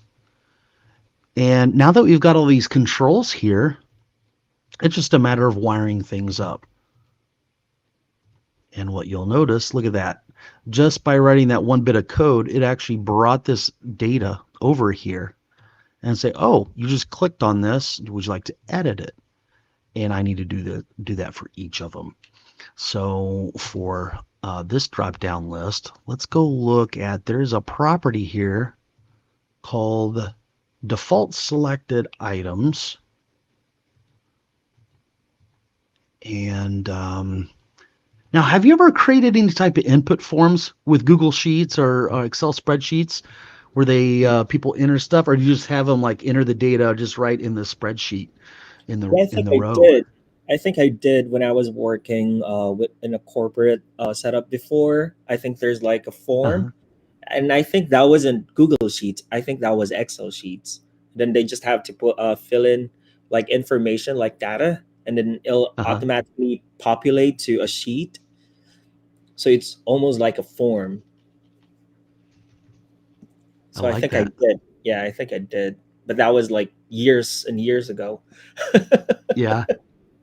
Well, I know in Excel, I'm not too familiar with Google Sheets, but I know there's a lot of similar or common denominators between the two because they're both spreadsheets, right? Where you've got something over here, and what you want to have displayed over here is the value or values being added together or operated on based on values out of cells over there. So Power Apps was created to be very much like a spreadsheet in that you can set up a value to be declarative. So if I say, here's this value and here's this value, maybe we're trying to create a calculator for the area of a room. Well, this is the height, this is the width, and this cell down here is the area. So you're just going to take this cell, multiply it by this cell, and the value will be there. So that's sort of what we're doing right here is we're saying, hey, if this is a new record, we don't want anything in here, but if it's an existing record, they clicked on this, then we want to reference, sort of like we reference like, hey, this is a cell over here. Well, this is a gallery, this is a listing, whichever one is selected. And then in the database table, we have something called I think it's called request type. There we go, request type. Yeah. And let's see if this is going to work let's see what the error is. Expected table value. Okay. So what I need to do is filter. Let's see here. The items is this request types. So the default selected items, what we need to do is do a filter. And a filter will give us a table of values. Here we go. Where the value equals whatever is in that request type. And I'm going to make this code window a little bigger and maybe try to format it here. And then up here, we'll do a filter as well, but I'll give it a false value, which means it won't return any data. And let's see what the error is that it gives us now. Well, I got to spell filter, right? There we go. Now let's see how this works. Now, perhaps I don't have any data in that particular row, in that record. So I'm going to go over to request, click on edit data here. And look at this. We've got, there's a request type. Okay, so this makes sense. We don't have any data here. So let's go in here and I'm going to go find, I see one thing I need to do right away. Something I did last week is I was showing how to make something required, which this does not need to be required. So a SharePoint list is a lot like an online spreadsheet. I'm sure you've dealt with like an Airtable or a ClickUp table or something like that. So that's sort of what we do with SharePoint. Is it's not really a database, but it's a little better than a spreadsheet where it's online and multiple people can like access the data. Yeah, very cool. So I'm gonna keep up with the comments here. It says, yeah, thank you both. Well, thanks for joining here. And we'd have Papaza. Hopefully I pronounced that right. Ciao Yeah. from Italy. Now is ciao hello or bye? I think it might be bye. I don't know. I learned all my Italian from movies. Gotta bounce. Hi, Darren. I'm trying to learn the PowerFX language. Do you have any suggestions to improve? Or moreover, could you explain the grammar formula of how to know what to write where? Thanks a lot. Well, I've got a really good answer for you, which is I've got a whole video that is devoted to the PowerFX language and getting started coding with PowerFX. So what I'm going to do in a browser window off the screen here is I'm going to type in PowerFX and let's see what happens here. Oh, look at that. I did a search for Darren East PowerFX, and this is the video that I would recommend. So I'm going to share this with you guys.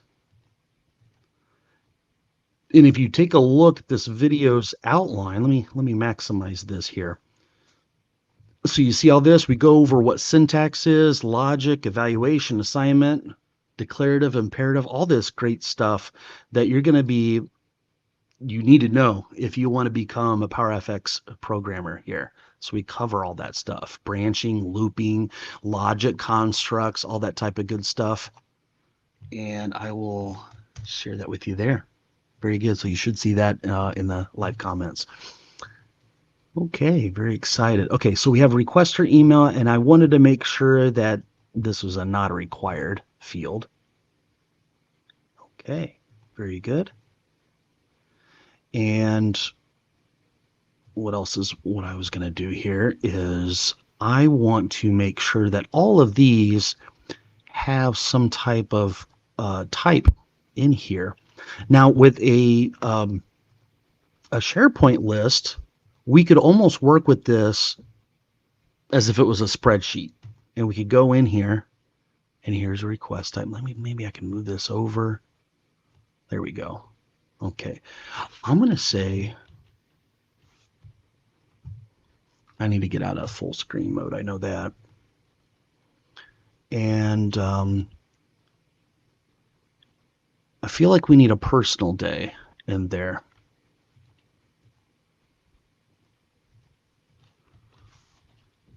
Yeah, request types. And the personal day would go here with a comma. And maybe I need two personal days. So instead of us having the word day in there, I'll just say personal. Okay. Personal. Let's delete that and that. Okay, so this is going to be sick, but I think we called it medical, like a medical leave. And this one will be vacation. Okay, so now we've got actual good values in there.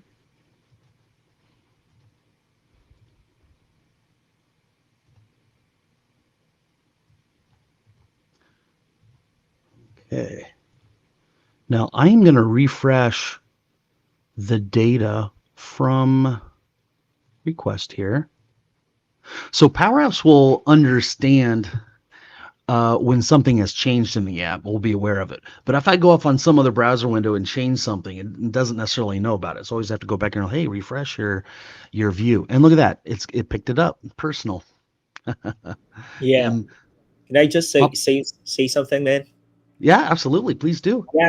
Yeah, as I'm looking at this, what you're currently showing, it's Uh-huh. almost like a combination of Google Sheets and also like funnel building and Go High Level when you create websites. Really? Yeah, like creating Oh, form and funnels and Go High Level, and also like looking at the formulas and the codings there. It's a yeah. combination of creating a funnel and Go High Level, and also like the formulas in Google Sheets. So it's very interesting. Awesome.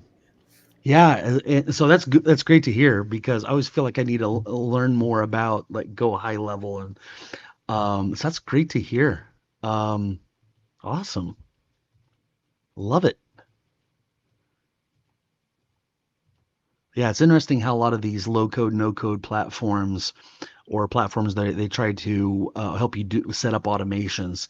It's good to hear that they're similar, so you can pick up and learn other things quickly and easily. Um, yeah.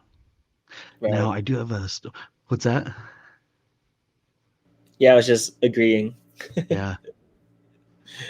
Um, I don't know if I set up the start and end date. Did I ever put that in there? Yeah, well, it should be. So let's actually put a date in here. Um, I'm going to take the 25th to the 26th off, maybe. And the sick day for the COVID, let's set that up to be something there. And vacation, let's say, well, I was looking to take off the 16th of next month all the way to the 20th. There we go. Okay. And then I'll refresh that there. Very good.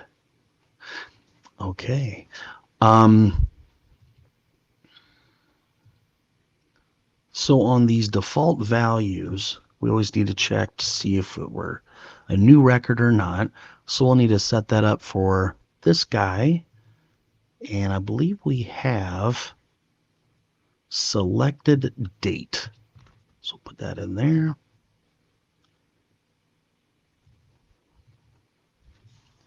This will be start date. And I guess maybe if somebody goes in here and tries to create a request, maybe we should make it start with the current day. So maybe I'll say today in there. And then, yeah, we'll do something similar like that to this other one, which is the end date.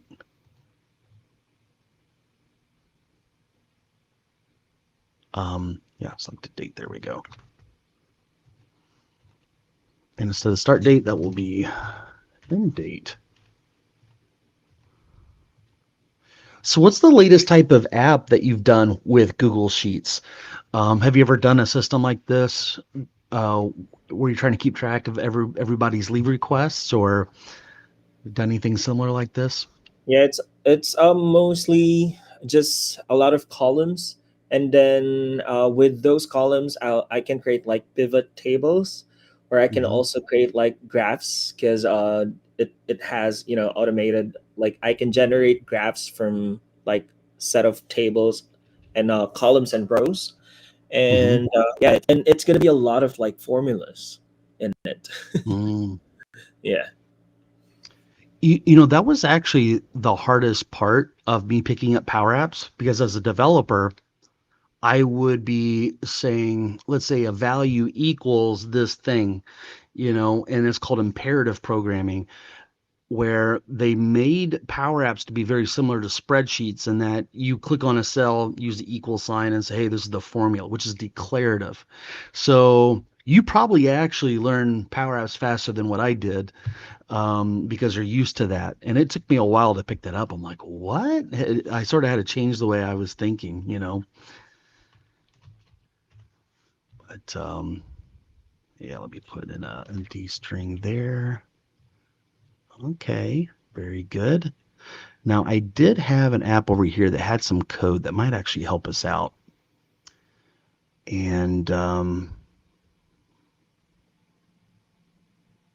let's see here, it would be this guy right here. Yeah, I'm going to copy that code. So a patch function allows us to simply update a record or a row of data. So that's what we're doing here. If they click on save, obviously we want to go out there and make that change in the database. So I'm going to check here. Hey, do we have a new record? If it is a new record, then we want to use this defaults function. Otherwise, we're going to go over and look at that gallery that we have. Gallery, leave requests, dot selected. That is the row that we're going to change.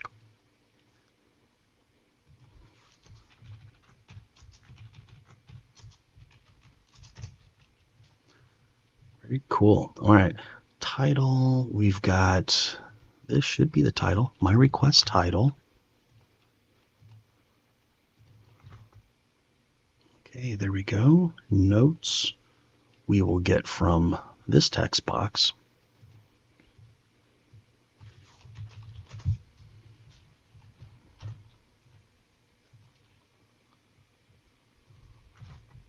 There we go. Start date. Start date will be this guy. So we'll give it a good meaningful name. Dat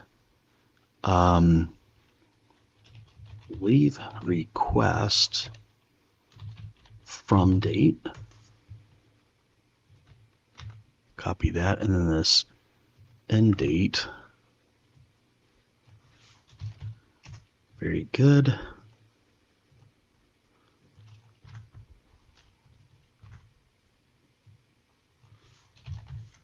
There's the end date. Let's see what the error is about. This type argument knows does not match the expected text. Found type error. Okay, so it doesn't seem to like what we have there. There's an error. Well, that's odd. I'm going to comment that out just for a moment, and it looks like we still have an error. Title. Okay. Request. Now, did we call this thing request? We did. Record gallery. We need to make sure that's right. Leave requests. Yeah, that's what that's called.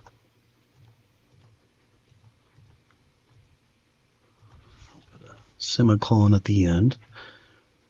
Yeah, it just has a problem with what I'm doing here. Let's work with just one field and see if we can figure that one out first. Yep, doesn't seem to like this.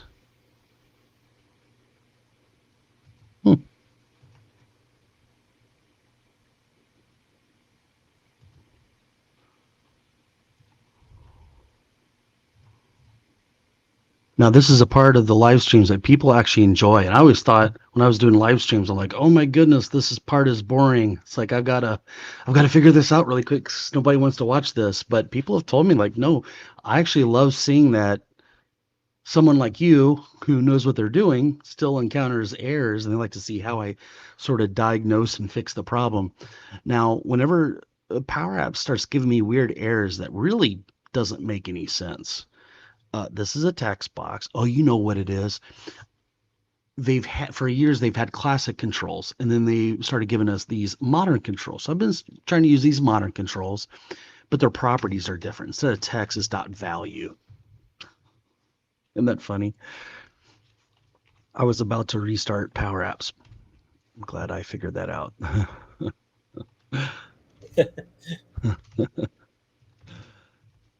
All right, so instead of text, do value. Now what is that problem with? I got to spell value right. Okay, now what other type of values do we have here? We do have the request type, so we need that in there. Request type, and we'll say DRP request leave type, yeah, dot selected dot value. Okay, and then we'll store that string in there. And let's bring this up a little more. Let's see this. Okay, got the title, we got that. Okay, all this stuff is set up and ready to go. Now, something I just realized is that this guy is the new, and this one is the save. Did I set that up right? Yeah. Okay, so this is the button that says, hey, you click on me, you want to do a new record. So it sets up this little variable to true. Now, if you click on the gallery over here and you select something, then I want that thing to be set to false, and it already is set up. All right, so let's try this out here. So that's the current request. Let's do a new request. And I'm going to try something out, and I'm going to say vacation. And I'm going to start typing in here and say I could really use a vacation. And I'm going to set this up. So I'll take off Monday through Friday of next week. And I'm going to say, Franco, I know this is a short notice, but I'm really burned out. And I'm going to hit save. That should save it to the database. And I should also see the new record here. But I'm not seeing that, which means something didn't happen right. Something I know is going on here in this gallery. So we are filtering it based on... Okay, I see what's going on. We need, instead of looking at ID, this needs to be requester. Requester ID. Now, if we go look at our ERD diagram, when a request comes in, we have a staff ID or a requester ID. And that's what that should be. Okay, so I'm going to say staff ID. I'm not seeing that. Let's go over to our data here and see what do we have. There's the requester email. We could use that. Yeah, I think that's what I was setting up there, the requester email. Okay, that's going to work. But whenever I do the save, I should be setting that up. So let's say requester email is fx current user dot user email. Okay, that should give us the email. And let's make, oh, look, there's my email address. Okay, that works. So let's, I was about to say, let's try this again, but this needs to be set up right here. Requester email equals the current user dot user email. And we'll go over to the data, and we notice that nothing in here is quite right. So I'm going to say Darren at Power Labs US. So now they're all associated with me. And I'll refresh request here. Look at that. Okay, so if I hit new, let's try a brand new one here. And I need to lie down. So this is going to be like, hey, I'm medical leave, and this is going to be for today. I think I have a migraine. I'm going to hit save. There we go. And I do have a trash can I can click on that will delete it if I wanted to cancel it. Okay. And if we go back over the data, where do we have anything for the status? do we have a status here? Yeah, there we go. Let's pull status over here. And what I'd like to do for status, we got denied, approved, denied. I'm going to refresh this because I think we got a few more rows. The status should be set up to pending for any new one. So whenever we save this, the status will be pending. There we go.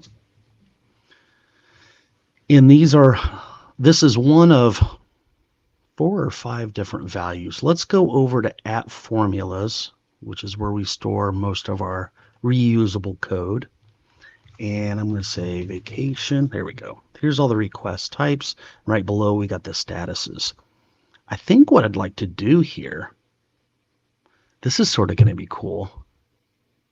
Instead of just having these strings here, what we could do is we could have like little records instead of just a name like pending. Okay, so that would be the value.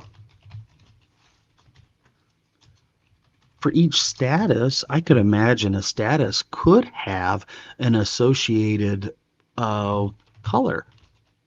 So I could say color value, and in here some double quotes, and I'll say pound. Let's give it a nice gray color maybe, or a nice blue color. Maybe canceled would be gray.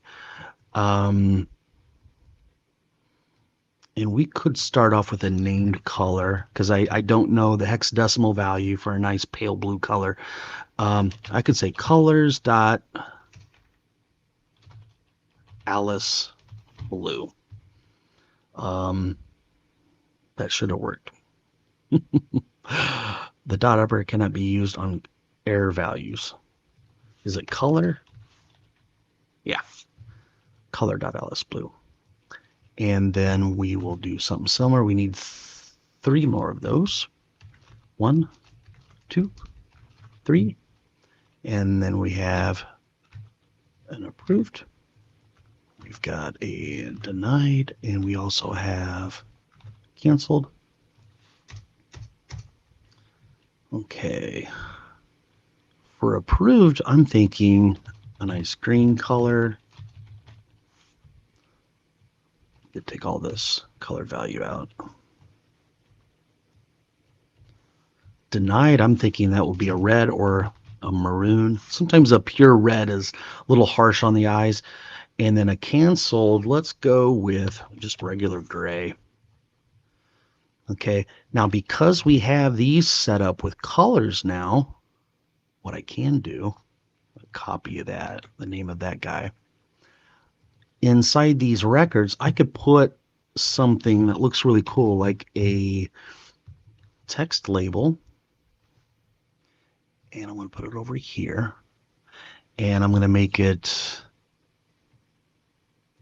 middle aligned. And for the fill or the background color, let's go in here. And what I'm going to say is look up all of our statuses where the value equals this item. Now, the this item keyword is a keyword that can be used inside of a listing like this, a gallery control. And I can access all the values of the current row. So in this case, I'm going to look at status. Okay, but what do we want? We want the color. Now, did I call it color? I did. Okay. And then for the text color, we'll make that white, so it should pop out a little bit there. And then for the text, we could say this item.status. And you see how they did this, Franco? You know, in spreadsheets, you got a little FX thing up there. That's what they did. They're trying to help people out that use spreadsheets. You just put your formula up there. And that's what most of these things are. Most of these properties, little things that you can just put like a little expression there. Now I don't know what's up with this last one, this lie down here. What is what's going on there? I'm going to say,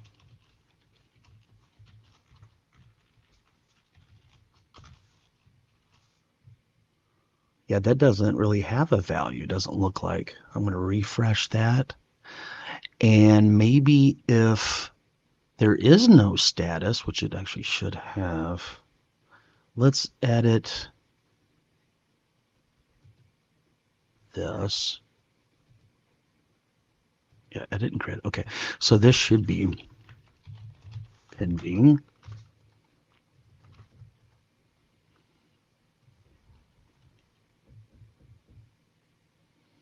And then I'll need to refresh this. There, I guess that gray is really, that should probably be like dark gray, I think.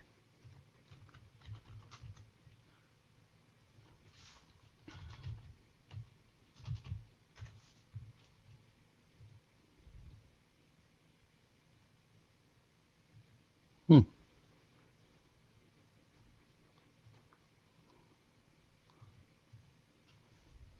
Statuses. Well, you would think it would be change over to that gray. Okay, this might be something where I will actually say color value and give it something like 444444. Should give us a nice dark gray color. For some reason that did not work. Okay. What is the status for that guy? If I change this to black, it does say pending. Canceled. Pending is Alice Blue. Okay.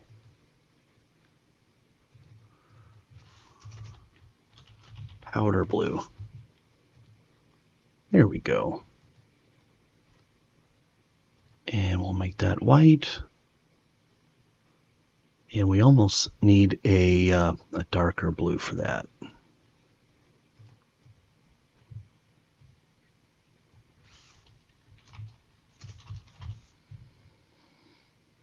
Violet. Ooh, that's like really electric blue. Okay. Teal. That looks nice. Okay. Now these things don't need to be so big.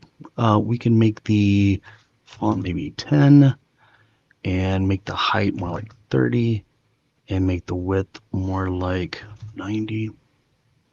Yeah. I could zoom in here and move these guys around a little bit. There we go. So people know what the status is as they click on it. All right. I like it. So Franco says this part looks exactly like the Go High Level funnel website building. I like this. Yeah, that's great to hear. That means it's going to be easy for me to learn Go High Level. Yeah, man, it's the same. Oh, that's great to hear.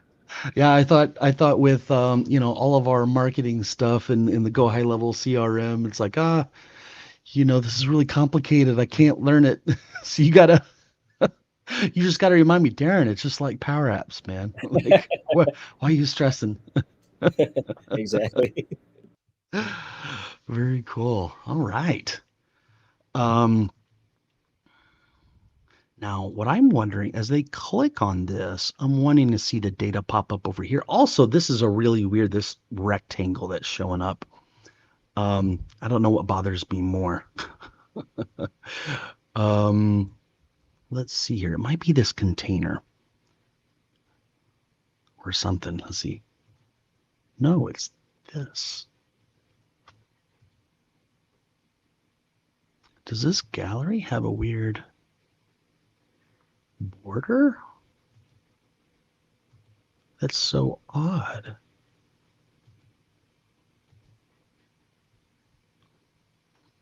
Hmm.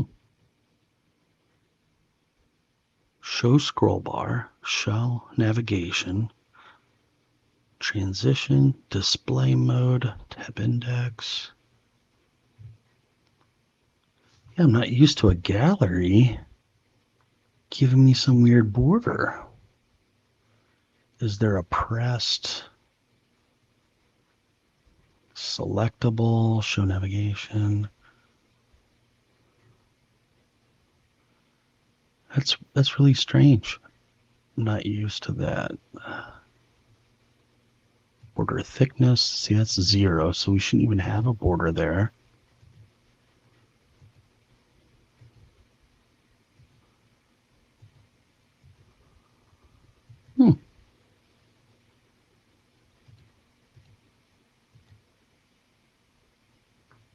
Yeah, that's really strange. Okay, I know that we do have a similar screen down here. I'm wondering if it does the same thing. If I select, and it does. What is going on with that?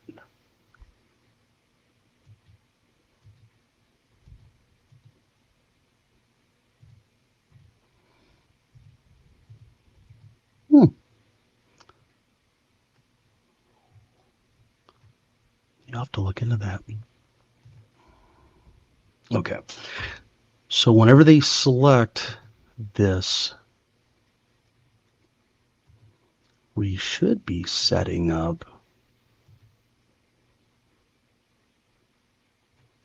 what does this guy do?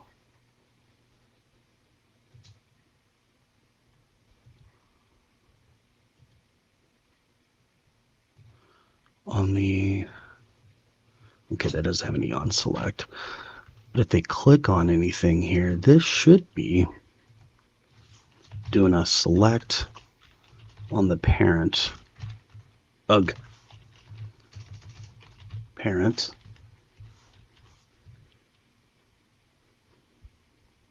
Which is the container. Well, should be gal leave requests. There we go. So if I click on something different, now it changes. Okay. Okay, I like that.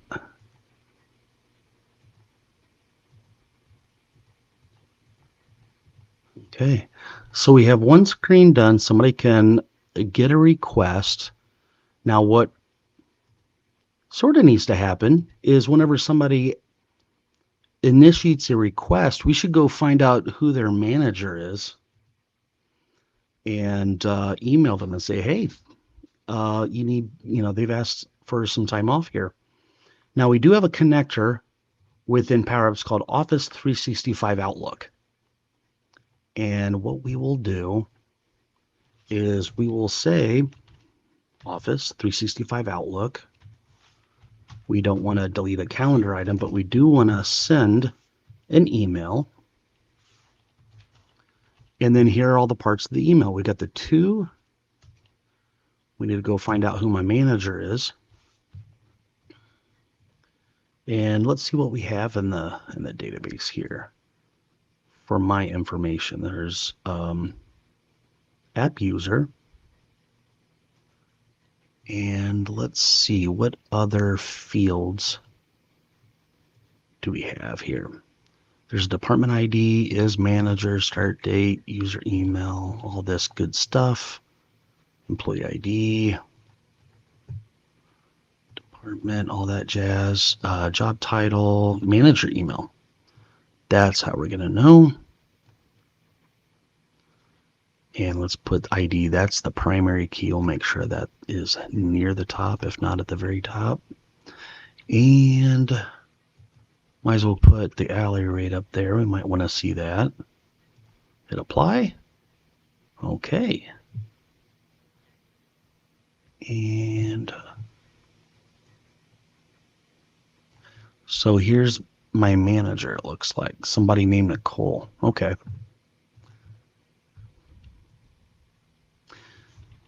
So we'll do a lookup on that SharePoint list. And we'll say app user. And then we'll say where the user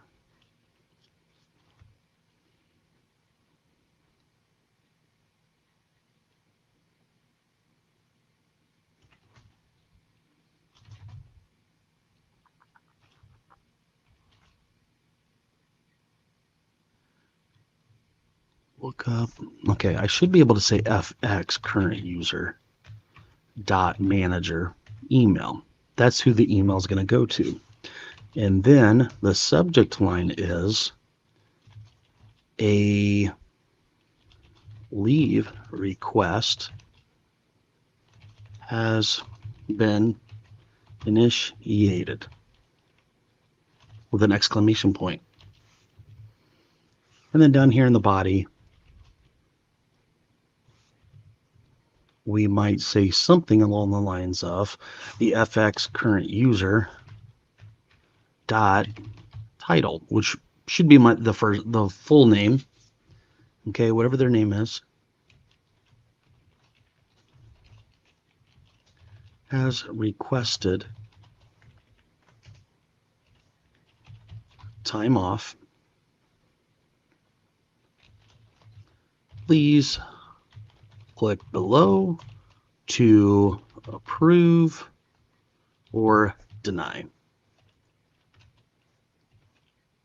And then we'll add on a link. Now, what is the link back to the app? Hopefully we have something in App Formulas already set up that's got that FX app constants. Guess what we have there? Do we have anything that's got like the URL? There it is. Okay. So there is the body of the email. But we also have these little email options that we could set up. Okay. For example, we could say importance or priority. Let's look at priority. Is there a priority? I'm pretty sure there is. We'll say hi. And let's carbon copy the FX current user dot user email. And let's see how this goes here. New. And I'm going to say personal day. More like I need off for my wedding anniversary. And that's going to be maybe on the 31st of this month. And then I'm going to say, please approve. And I'm going to hit send or save. And it's set to pending right now. Now on these guys right here, I don't need to see the status anymore. So I can comment that out with 2 forward slashes. And I just heard my email client, or I think it was my phone that started to vibrate. So let's pull up my email and see what this email looks like. And let's see, I am going to block the spammers that are trying to get in through Twitch. So they're gone. And let's see what comes up here. I think I've got, get to my email here in this tenant. Let me pull that up here just real quick. And let's see what came in. Okay, so this is what happened. So Nicole doesn't have an email address here in this tenant. So I can easily fix that, which is I go over here. Let's try, I think I have to edit in the grid. My boss's email is Mises. There we go. But I should have been carbon copied on that. And let's see here.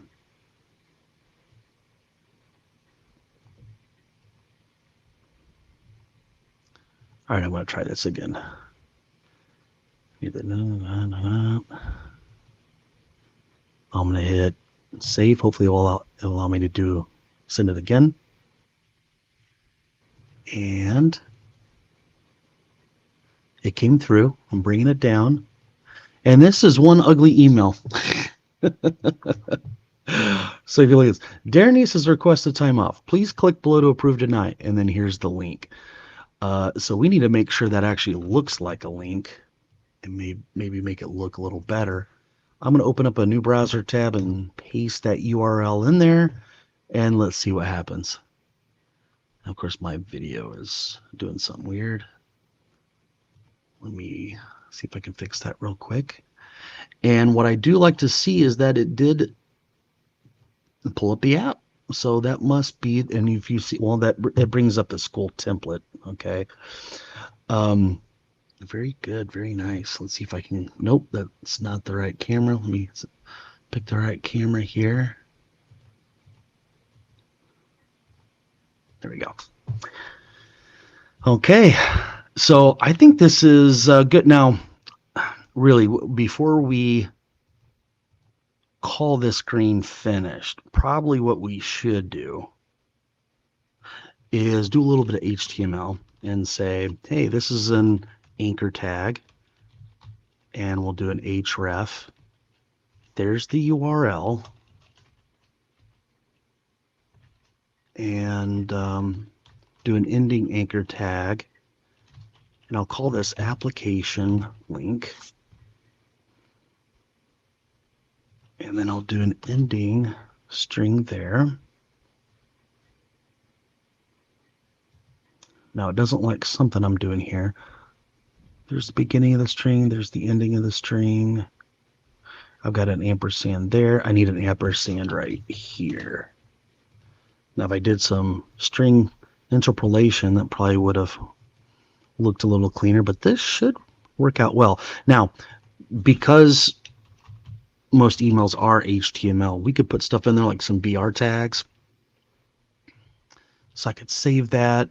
I could run it. Let's try this again.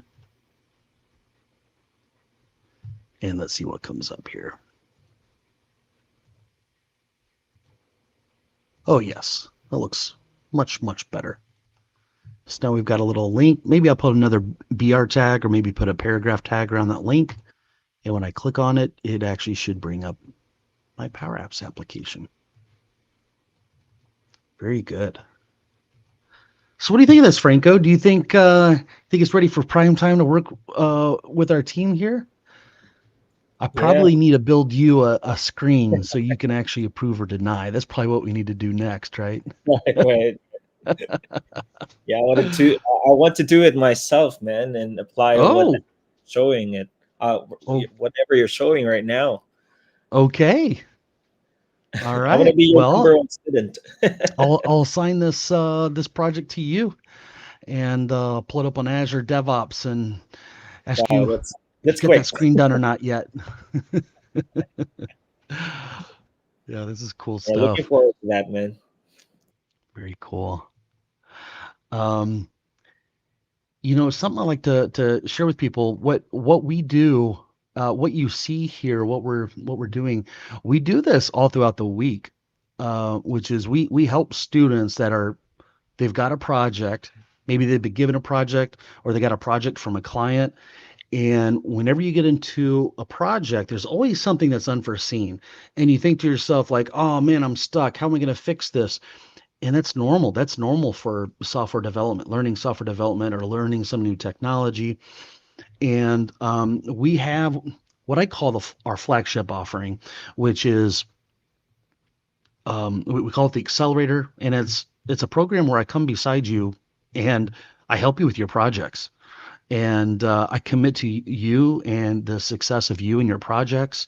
And we meet with you and we ask what your short-term goals, what your long-term goals. A lot of times people come to us, Franco, and they're like, I've got something due next week, help, please. And so we absolutely help people like that. And maybe something's due tomorrow. We try our best, as long as it's somewhat reasonable. But we get you on your short-term goals, but we also ask about your long-term goals. Hey, where do you want to be in 6 months with Power Apps? Do you want to be the master? Do you still want to? I mean, it took me a few months to learn Power Apps. I'm able to get somebody up to speed on Power Apps much more quicker than it took me to learn it, even with all my experience as a software developer. So I always wanted to offer a program that was perfect if I had a time machine, I had to go back and do it all over again, is I'd want to have a program that we've created, which is the accelerator program.